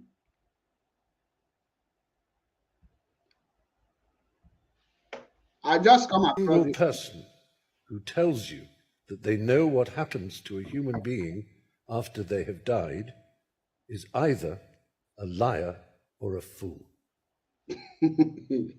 Now, because when you say any person, any single person who tells you that they know what happens to a human being after they have died is either a liar or a fool. Now, what do you have to say about that, Nwada Ejiro? I 100% agree with him. Because even in the Bible, he said once a man dies, he said he doesn't have consciousness of anything. He cannot have remembrance of anything. So I agree with him. How can somebody die and the person will have remembrance of churches? Because most times you hear people from Nigeria, they will say they are prophetess, they died, they saw Pope John Paul II, they saw what is his name again, this pastor in Benin, they saw him, they saw a lot of people. So when they came back to earth, people will not believe them, they will be running after them. Oh, this person have gone. Oh, he said they saw Satan, they saw people tormenting, these people are burning in hell. How can you die and you have remembrance of things that you saw? Now you came back to life. Because when you are dead, everything about you is dead. That is complete gone. Everything is, you cannot have remembrance. So if people claim that they saw hellfire and they are able to recognize people, that means they didn't die. You didn't die. You can't die and have the conscience, still have consciousness. For me, I agree with him. You are muted. I will be lost. Just imagine. Now,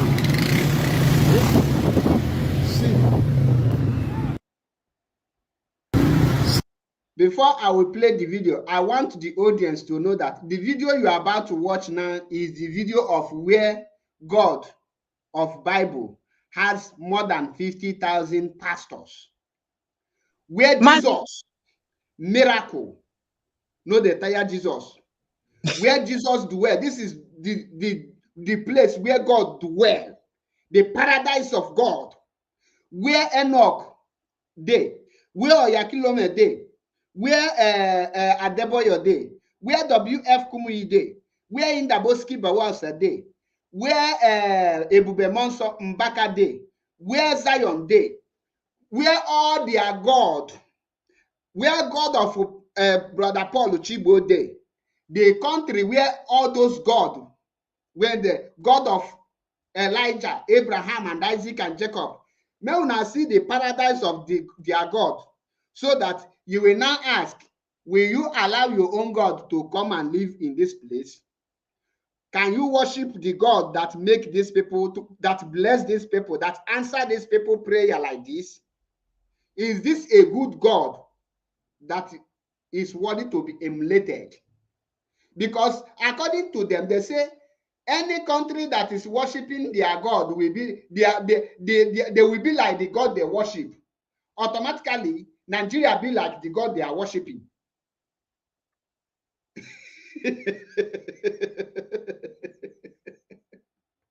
So, you get bad match, huh? Not me talk about, sorry to laugh. They say they will be like the God you are worshiping. So let us see the how Nigeria and the God they are worshiping, how it look like. So this is it. So let us watch it before I will allow our sister to do justice to this video. Another one again. So, all this one will be lost. Just imagine.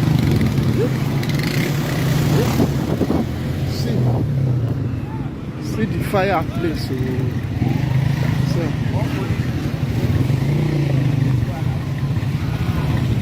Here the energy pass. See the fireplace. See where the pond out or something.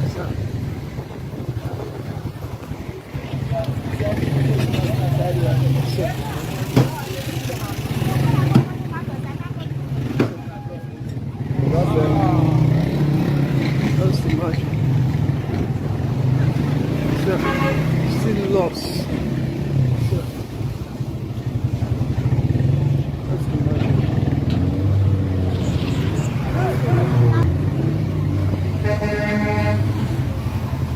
CPOP, still lost.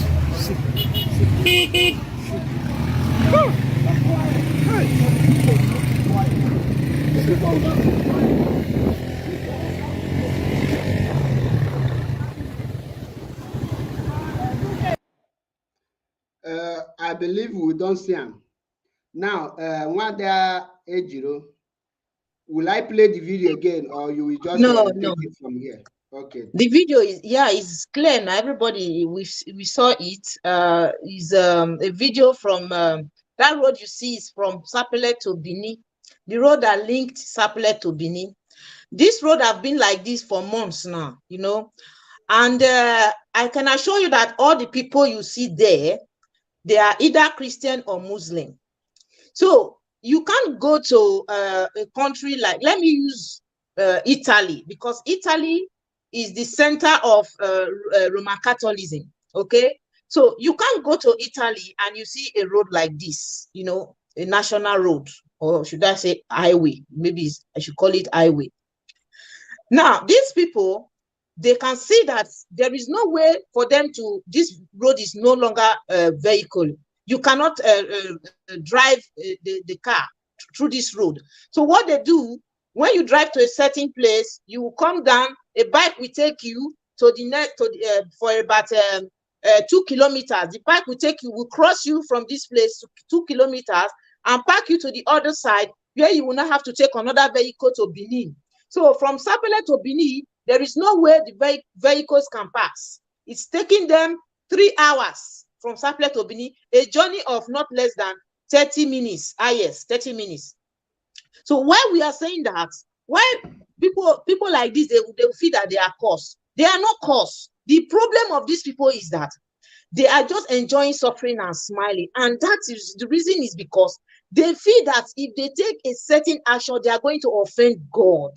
They are going to offend God. So our people need to wake up and know that there is no country today on planet Earth that is in one of the, like, these countries, these superpower countries, this G7, G5, etc. These countries, they did not be where they are because they were using holy prayer, or afraid that if they take action, God is going to destroy them, etc. In fact, these people even do things that are even contrary to the Bible. For example, France is a Catholic country. France knows that stealing of other people's resources is a sin.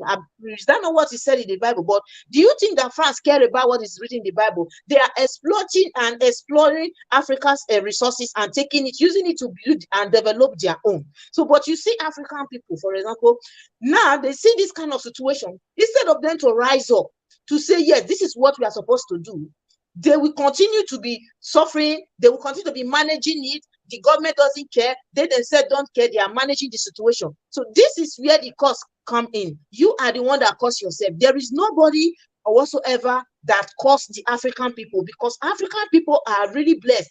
Delta State, for example, Sapele to Benin, there is an oil pipe that linked in there, I think, what is called I've forgotten the name of this place in Benin, Edo State. They recently cut that part, added to Edo State. Is it Obiaja? No, not Obiaja.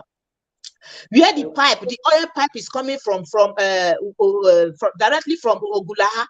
So this is oil producing state that is suffering today, that the people cannot use the road. They cannot use it easily. The politicians are not going through that road. They fly. If they want to go to Benin, they board the flight, and they will from Benin land to in Warri. They don't care. So it is you, the human, the common man, that is suffering this thing. And instead of you to do the right thing, on Sunday, you will get up, you will go to church, the pastor will preach for you, collect tithe, collect offering from you. The next Monday, you go again, suffering and smiling continues. So I believe that there is nothing like curse in the Africa territory. Africans are not cursed people. The only thing that I see, like our brother rightly said, is mental enslavement. And that mental enslavement is whereby the people will feel that if they have to take a particular action, they are sinning against God. You are not sinning against God. Those pastors are there to continue to preach a gospel of suppressing you, making you to accept slavery. Some even believe that when you are poor, that is when you are close to God. That is what some people believe in Africa, that when they are poor, that is when they are close to God. God, they will use a verse in the Bible where Jesus said that it is easy for the needle to go into the common nose or common eye than for a rich man to enter into the kingdom of God. So that verse, a lot of them are even happy. They are even enjoying suffering, that at least I am poor. So that means if I'm rich, I cannot make heaven. That is not what he's even trying to say. That is not what he's trying to say. So for me, I believe that Africa is not cursed. African people need to wake up. They need to do things rightly. The revolution that we are campaigning for should start in the church. If revolution starts in the church, Africa will get it right. Thank you very much, Achebe. Thank you, because we are saying the same thing and we are hitting it the way it's supposed to be, because one thing is to identify your problem, another thing is solving it. Any day a madman realizes that he is mad, that day he or she will regain his or her freedom. He will stop madness. Any day you realize that you are under slavery and you want to stop, solution will be in your doorstep. There is nothing on this earth that don't have solution unless you refuse to seek for the solution. The question now is, what is the solution to all this nonsense? You can see the pastors are aiding the Nigerian government, all the government in this in Africa. The imams and the pastors are helping them to put the African in bondage. And because we have submitted ourselves and be loyal, foolish, and the stupid before the pastors, they were able. That is the reason they were able to use us and sell us for penny, kobo kobo, before the government. We cannot fight the government under the pastors. For us to have the capacity to fight for our freedom, you need to first of all free yourself. A slave cannot fight to save another slave. You need to first of all regain your freedom before trying to save others. That is why when according to their book, they tell them that Moses led Israel from Egypt to Israel and they saved them. They never asked them, how did he do that? He fight. What is holding you from fighting as a Christian? Then now, this time around, they are now making you to believe that you cannot fight, that God will fight your battle.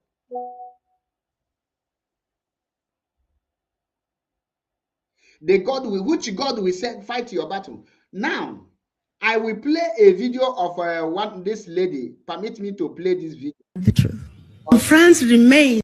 To me, this video worth playing for our people to listen to. Ashebe, can you play the other one first? That short one, that 1 minute one, please, before this one. Okay, let me bring it just a minute, because I have not transferred it. Just 1 minute.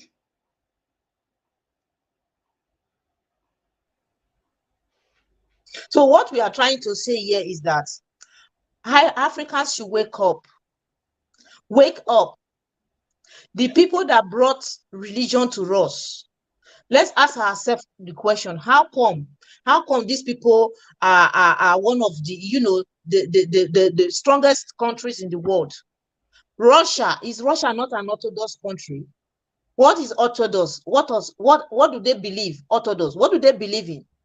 They believe in God. They also believe in Yeshua, but they are not Catholic. So how come Russia is doing well today? Russia, just one country, is shaking the whole of Europe, threatening America. How come? White color. Okay, go ahead.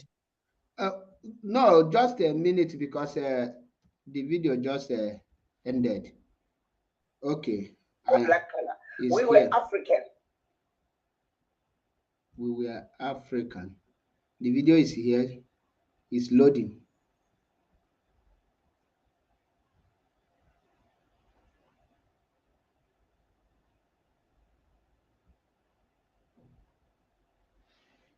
The truth and nothing but the truth. France remains as a member of the UN Security Council.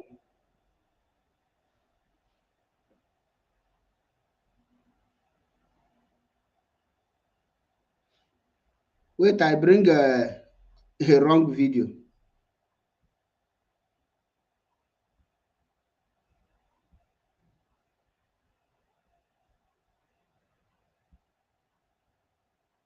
We did not know of white color.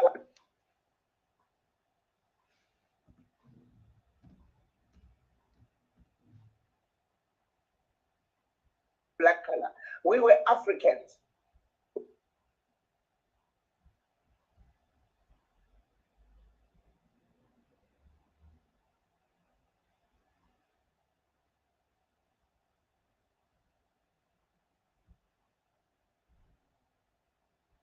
of white color or black This color. one. We were Africans. We were Africans.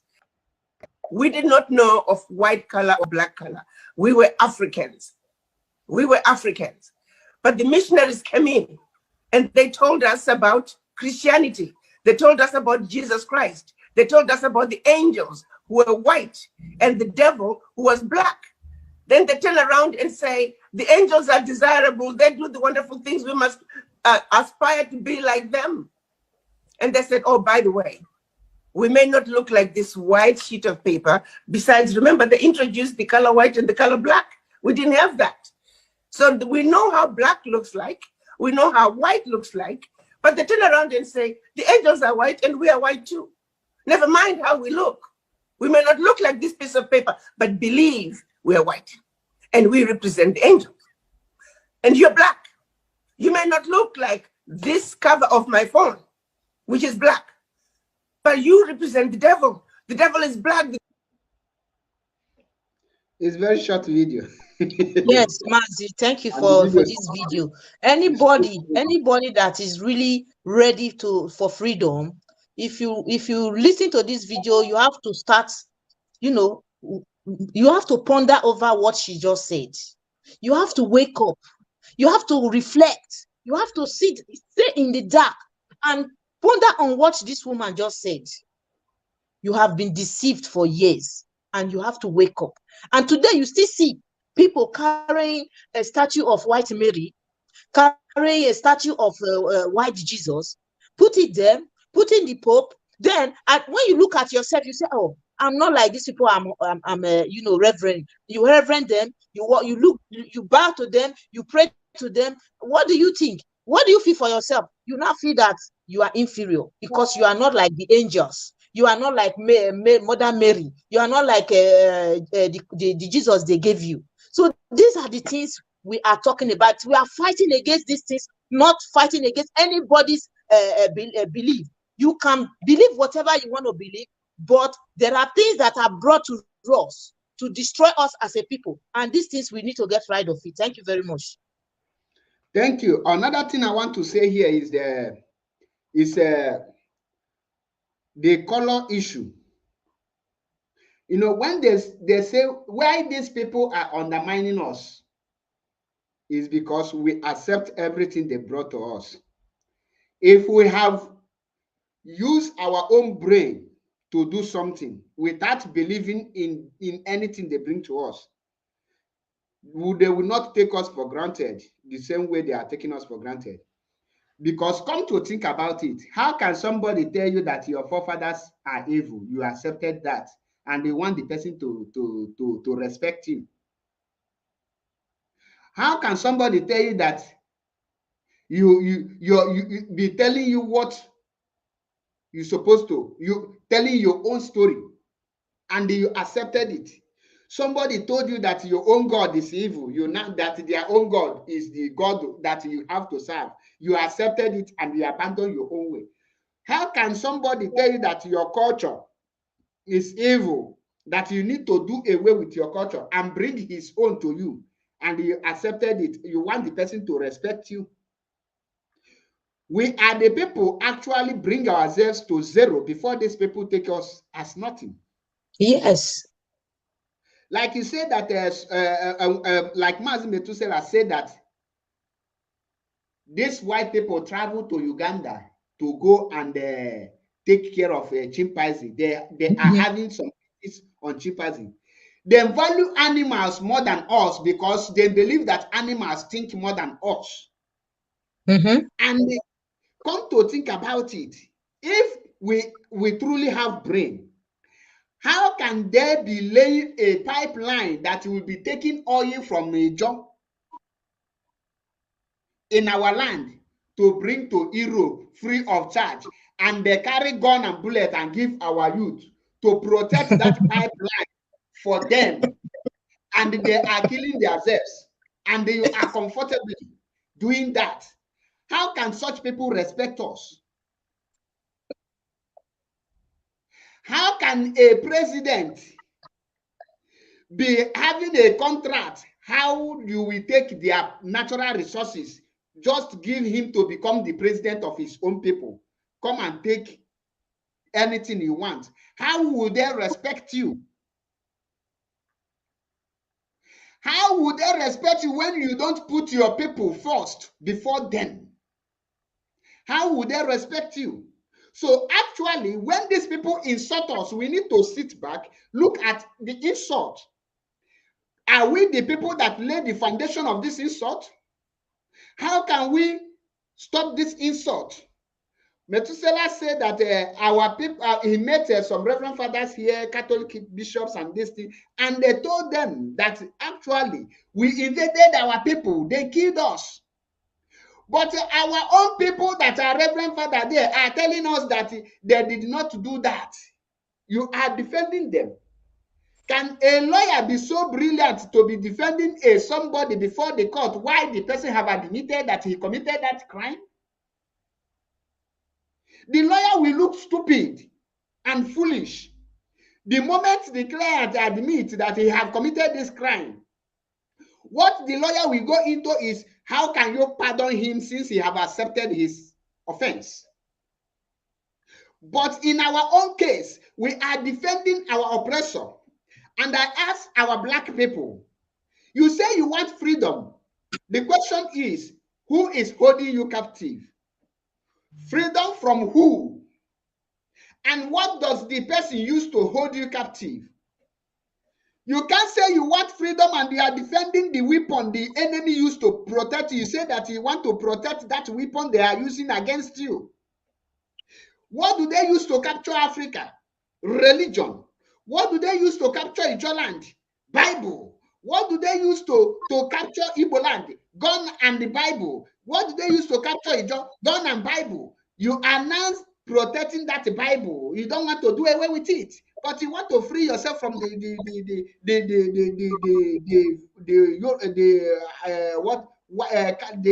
European Caliphate. How can it function? It can never work out. Actually, we accepted that the devil look like black. Have you seen devil before?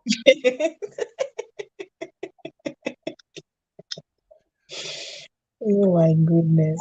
Where have you seen devil? Ask yourself, if truly there is a heaven, and the Bible they bring to you say that if you must agree in the name of Jesus before you will go to heaven, without you agreeing in the name of Jesus, you will never make heaven. Ask them, where is Chinese going to? Indians, where are they going to? Pakistanis, where are they going to?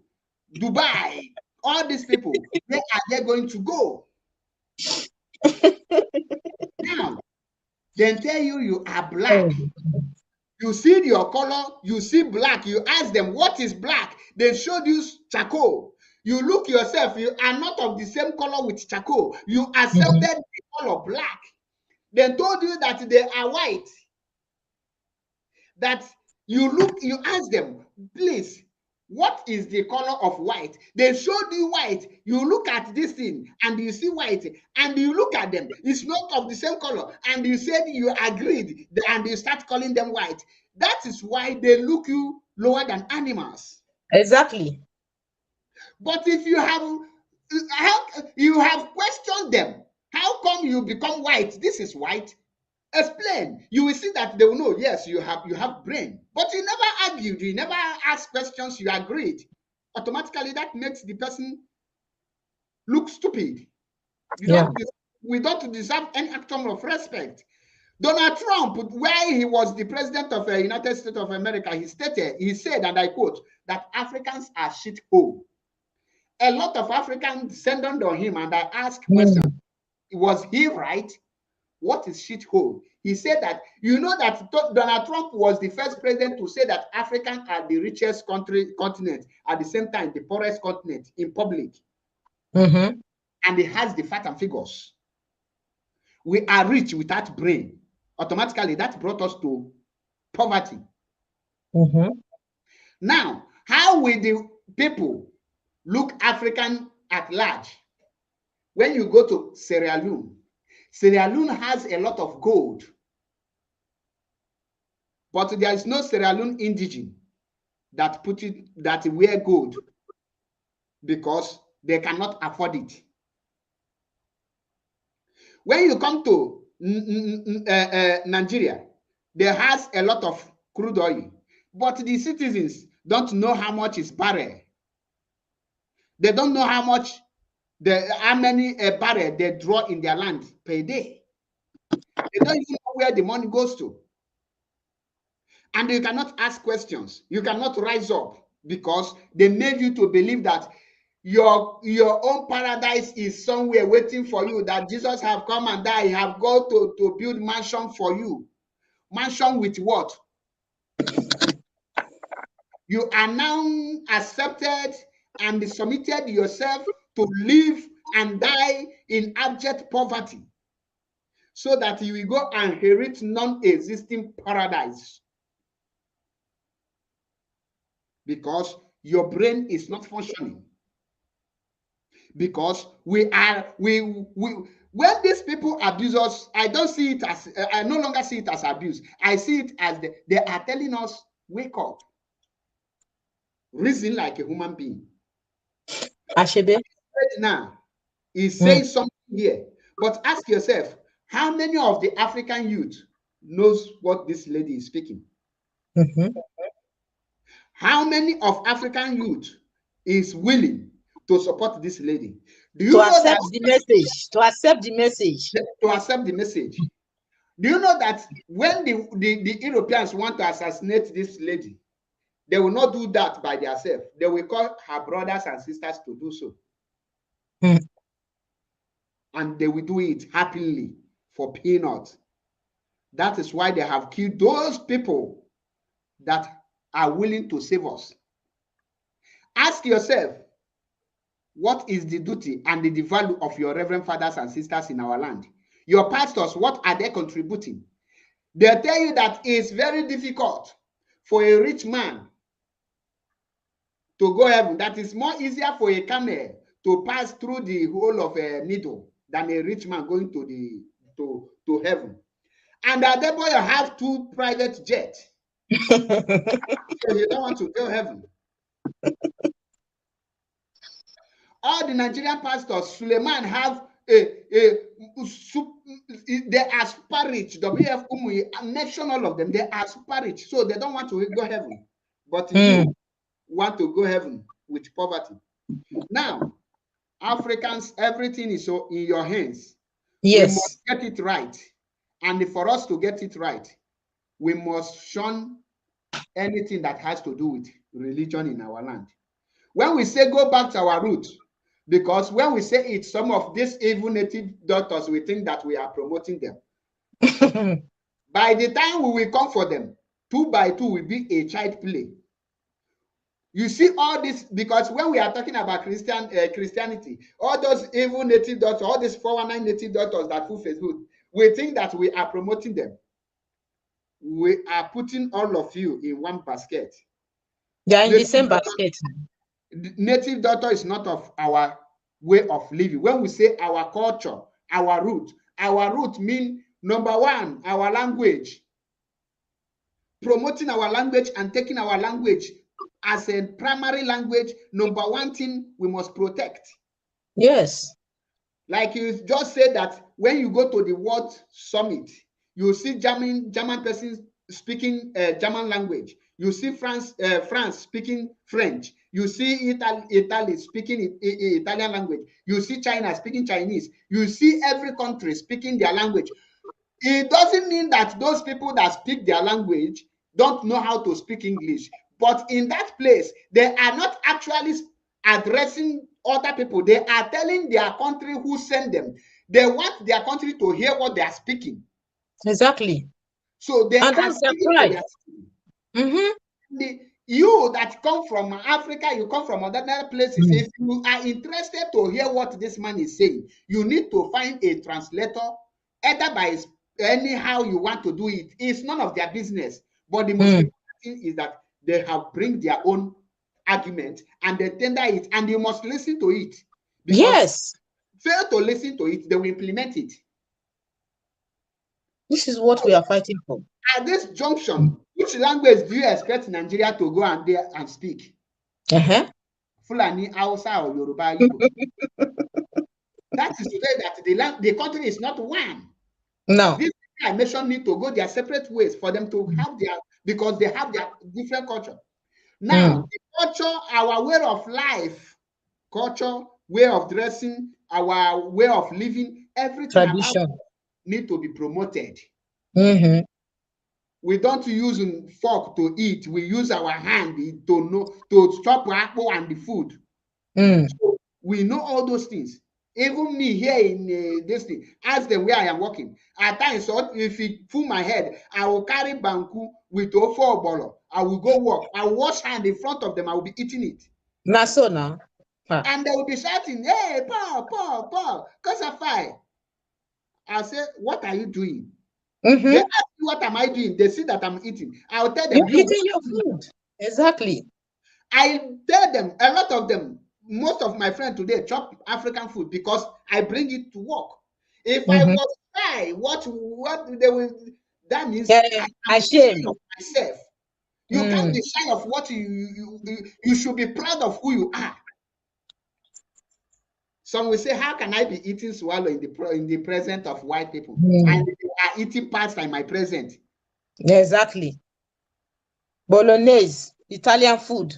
They call it Italian food. Now, my sister, I would love us to watch this, to put this one that is as a member of the UN Security Council. Briefly, based on what we just talked just now, just briefly. Something happened last week.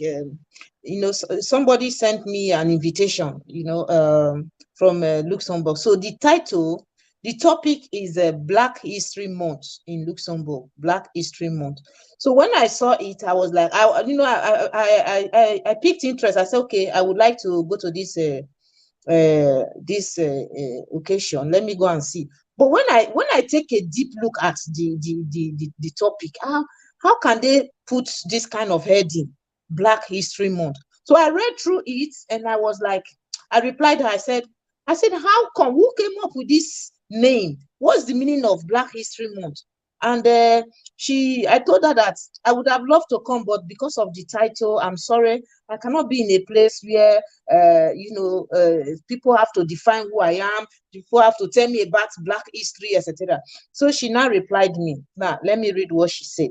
She now replied me. She said, the Black History Month is the official celebration name in USA and UK. This is a Black woman that is telling me this. So she's trying to convince me now because she have told me that is from USA and UK. Oh, I should just agree and accept to say, okay. So it is our Lord now. They are the Lord of the world. So they have the right. So I'm coming. And I replied, I said, my dear, I'm sorry. You and I are the ones to make a difference.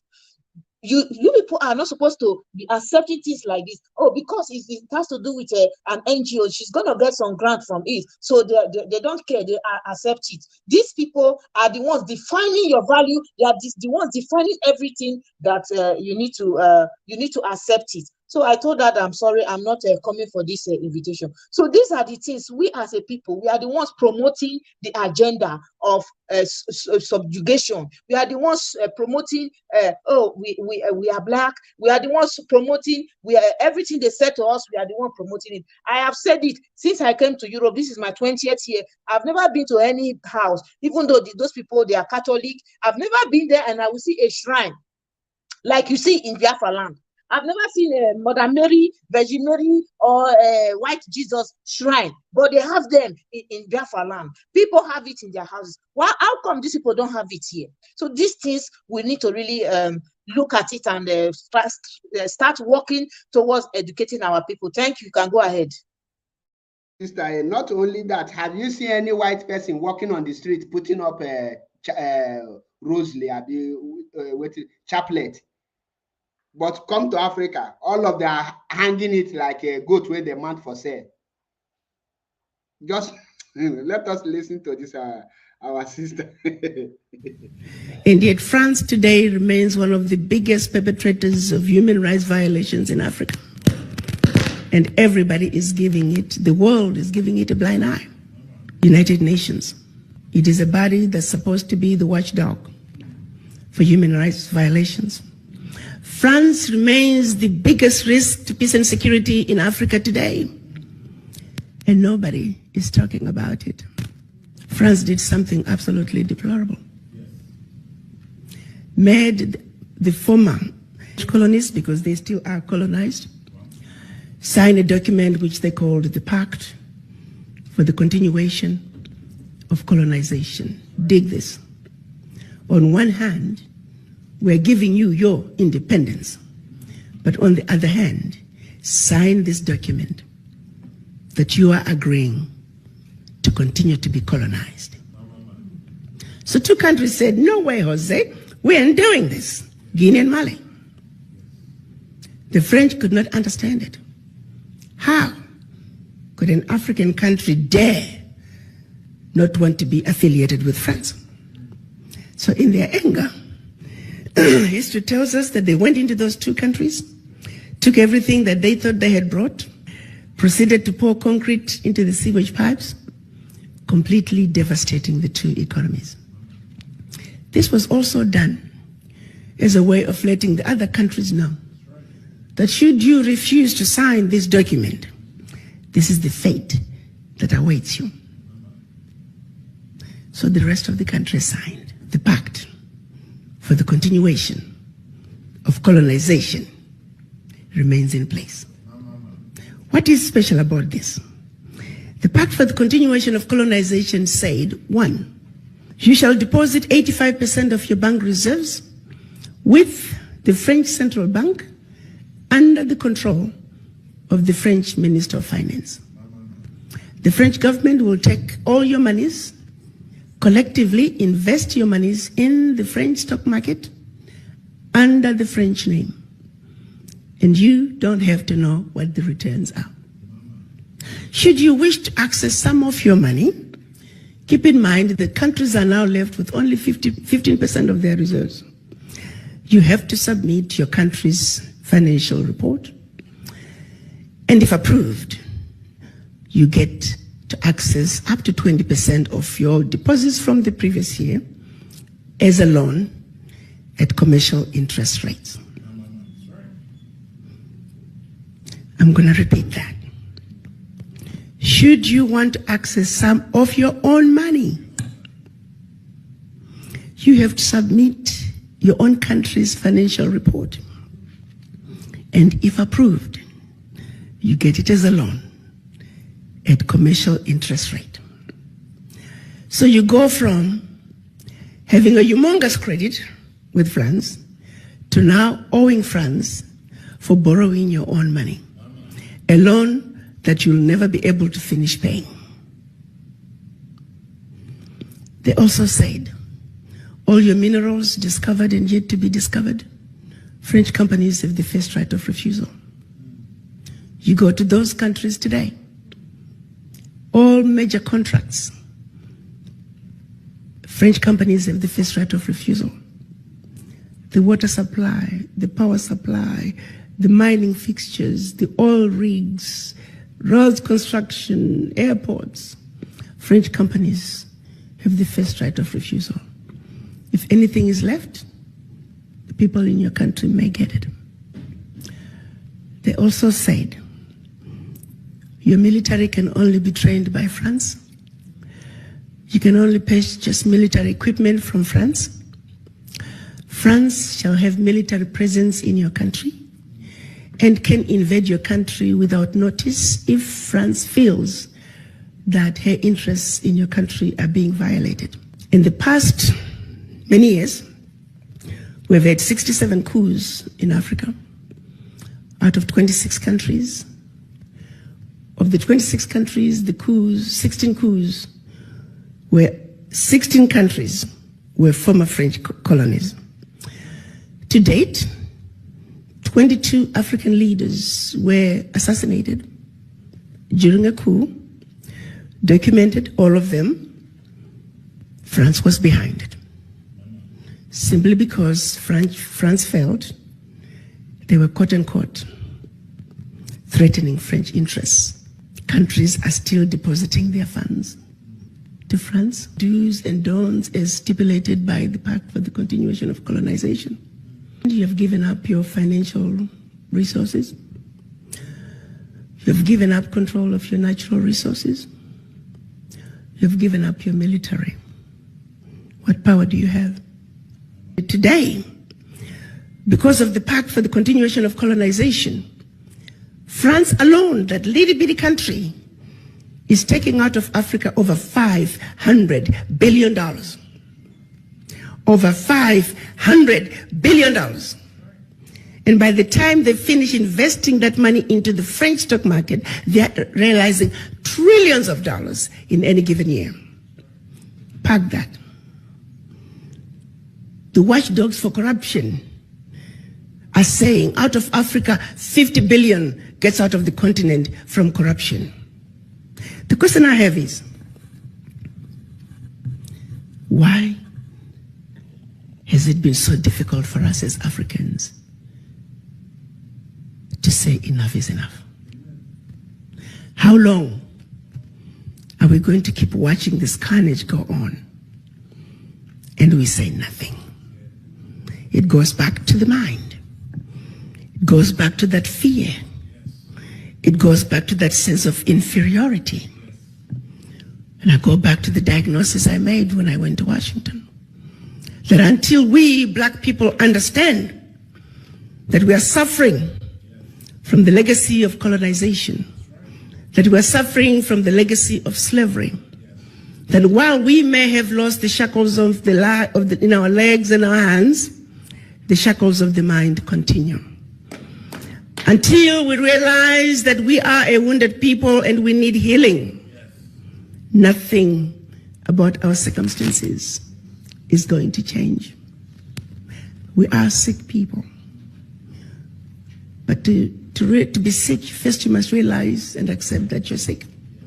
How do you go to the doctor if you don't think you're sick? We are not only in the doctor's waiting room on an outpatient basis. We are not even in the hospital in a general ward. As black people, we are in the intensive care. And we need to realize that. The baby is now born. And her name is the African Continental Free Trade Area. You see, the children of Africa must realize that now we need diapers, we need formula. There are going to be sleepless nights. This baby is going to cry. This baby is going to throw tantrums. We need to be ready to take care of this baby. Africa is on the move. The question is, are the children of Africa ready to step up and take what is rightfully yours? You got to understand, around the globe, as black people, the reason we are so disrespected is because we're poor. Most of us don't own anything. Singularly, while we were given our independence, the one thing that was denied from us is economic liberation. The African heads of states are saying, African wealth belongs to the African children. The African Union defines African diaspora as all people of African descent living outside Africa. The colonizers have been building the Africa that they want. The game is up. You see, you don't go to China and find black people driving the Chinese development agenda. You don't go to Europe. You don't go to Mexico, India, and find black people driving those regions' development agenda. The reality is, you must not, cannot, should not, and golly, will not go to Africa and find non-Africans driving the African continental development agenda.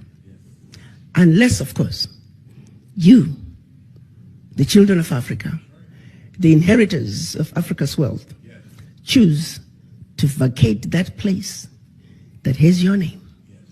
I think, Sister Ejiro, I need to pause this video. We need to reorganize this program where we will start to analyze this video from beginning, because the content in this video is overwhelming. It's not something we watch. It's the first time I'm hearing this. I'm watching this video. I'm a very a good follower of this woman. She's a role model, but I've never seen this clip. It's crazy. Really? But you posted it in your wall. This clip? Yes, I took it from your page. Is it my Nwada? Exactly, I think, yes. Wow. Are you sure? Wow, this is crazy. I've never heard this clip. From there, I think, I believe. So what this video, because the content is too much. Maybe it's my moderator that posted it, because I've never seen this clip. If you listen to the end, I'm going to watch it. Maybe it's my moderator that posted it. Okay. The content is that is where the ending part, I nearly shed tears. Wow. I Is it nearly long shed time tears. ago? I think inside the last month, beginning of last month or middle of the last month. I will look for it. So I think maybe I will send it to you. You listen to it. Then we now program. We will use this video. We will analyze it. Every word that come out, because there are questions she asked. For how long are we going to continue? Is African children, who are these African children? And because there is a lot of points she raised, and we need to know these things. So I think because we have spent 2 hours, 26 minutes, and I think we need to round up so that we will now, maybe we'll find another day, we'll have this video, we'll start with it, then we'll analyze it. While we're analyzing it, we will be pointing to those that she is referring, those that she wants, because she have already played her own part. She have already played her own role by saying the truth, but she don't have the capacity to do the undo. The children that she is calling upon are the people that will do the undo. She don't have the capacity to go outside, but there are people she is calling upon. So I will beg you, I don't know, we will discuss this one offline, behind the camera, when we will come up with this video, because I will not allow this video to just go like that. We will deal with this video and make a lot of changes. So I want you to.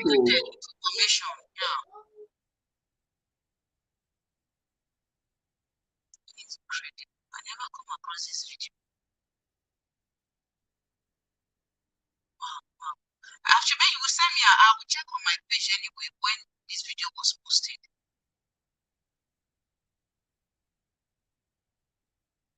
You are no longer coming out. I will send it to you, but I downloaded it. Okay, our boy don't wake up. So this is Dr. Arikana. Everybody knows her. She was Africa ambassador to French to US before. This woman, she's the first person that came out to expose France. You see the liberation of Niger Republic, Mali, all these countries, Burkina Faso. Everything these people are doing, rooted from this woman. Your voice is not coming out clear. Wow. So I think there's a problem then. There's a problem. M.A.P, just like you said, we can round up.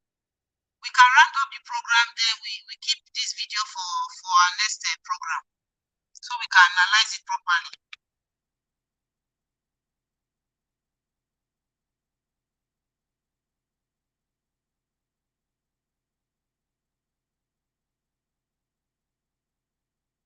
Sorry, go ahead. You said my voice is not coming out. I said maybe we should keep this video, like you said, for our next program so that we can analyze it properly. Exactly. That's what we will do, because like I told you, the program will be only 2 hours, but we have spent 2 hours.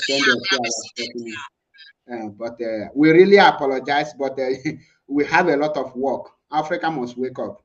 And I have other videos we need to bring up. So I will love you to give your roundup message, and we'll call it a day, then we'll reconvene next time. Okay, Ezioku Bundu for this opportunity. I really appreciate it. This is something we should be doing from time to time. Our people really need it. We need it, and because a lot of people are sleeping, they are just swimming in the ocean. I sent you a message now on WhatsApp. This is a group created by our people. You can see how they are so loyal, humility to somebody that is far in Rome, in Vatican City, using his picture to control their mind. You know, these things they are really destroying our people. And you know, if we don't start up with something positive, I wonder who's going to do it. So we saw how some of our people who have passed on, our ancestors, some of them were very brave. They stood up. They never cared what the consequences may be, but they came up, they stood up, and they fought to defend the value of the African people. Today, we can see some of them are still rising up. They need our voice. They can't do it alone. Like you said, this woman, if they want to eradicate this woman, they are going to use the brother or the sister, which is the African person, to eliminate her. They are not going to come to do that. We saw recently how the chief of staff of Ibrahim Traore almost,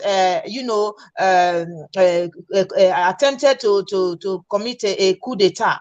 You know, he was being paid by the French government to do that. But unfortunately, Ibrahim Traore is a very powerful man, a man that knows what he wants for his people. He's not a man that can be bribed, you know. So that is why we need the voice, more voices of our the African people to rise up. Those that are deeply in this mental enslavement. It is we, the people, we, those of us who have waken up, who have seen the light, who have come to realize that we have been lied to for so many years. It is us that will also take the pain to be talking, to be educating them, to be bringing them the truth as it is. Because to tell you the truth, it is difficult for some of them to come out from it. They are so deep in it. And sometimes when I follow some of their activities, I will just be saying that, does it mean that these people are not seeing all these videos that are going everywhere? They are not seeing it. Does it mean that these people are spiritually blind, that they cannot see at all? You know, so I think it's a good work, and we need to continue to be doing it. It is only we, the people, that can set Africa free, not anybody not any UN or Russia. All these people you are calling, their own aim is to even use you to continue to be on top. So it is the people, the African people, that can liberate Africa. Now we have some leaders. We give them our support, give them our voice. In any way you think you can support, give them. So this is where I will stop it. Thank you very much, Mazipo, for this privilege. Dewo. Thank you for your knowledge you have imparted in us, because it's not easy. And if somebody says it's easy, let the person try. I really appreciate your work and everything you have been doing towards African and the Biafran restoration. And I really say kudos to you. I salute your courage and your effort. And I pray may Chukwu Okike Abịama onye pụrụ ime ihe niile protect you and your family and your household. You're going out and coming in will be a blessed one. You will never go down until Biafra is restored, and you will enjoy the fruit of your labors. They will never be in vain. Thank you, and remain blessed. Thank you so much. Thank you. Thank you, Biafrans.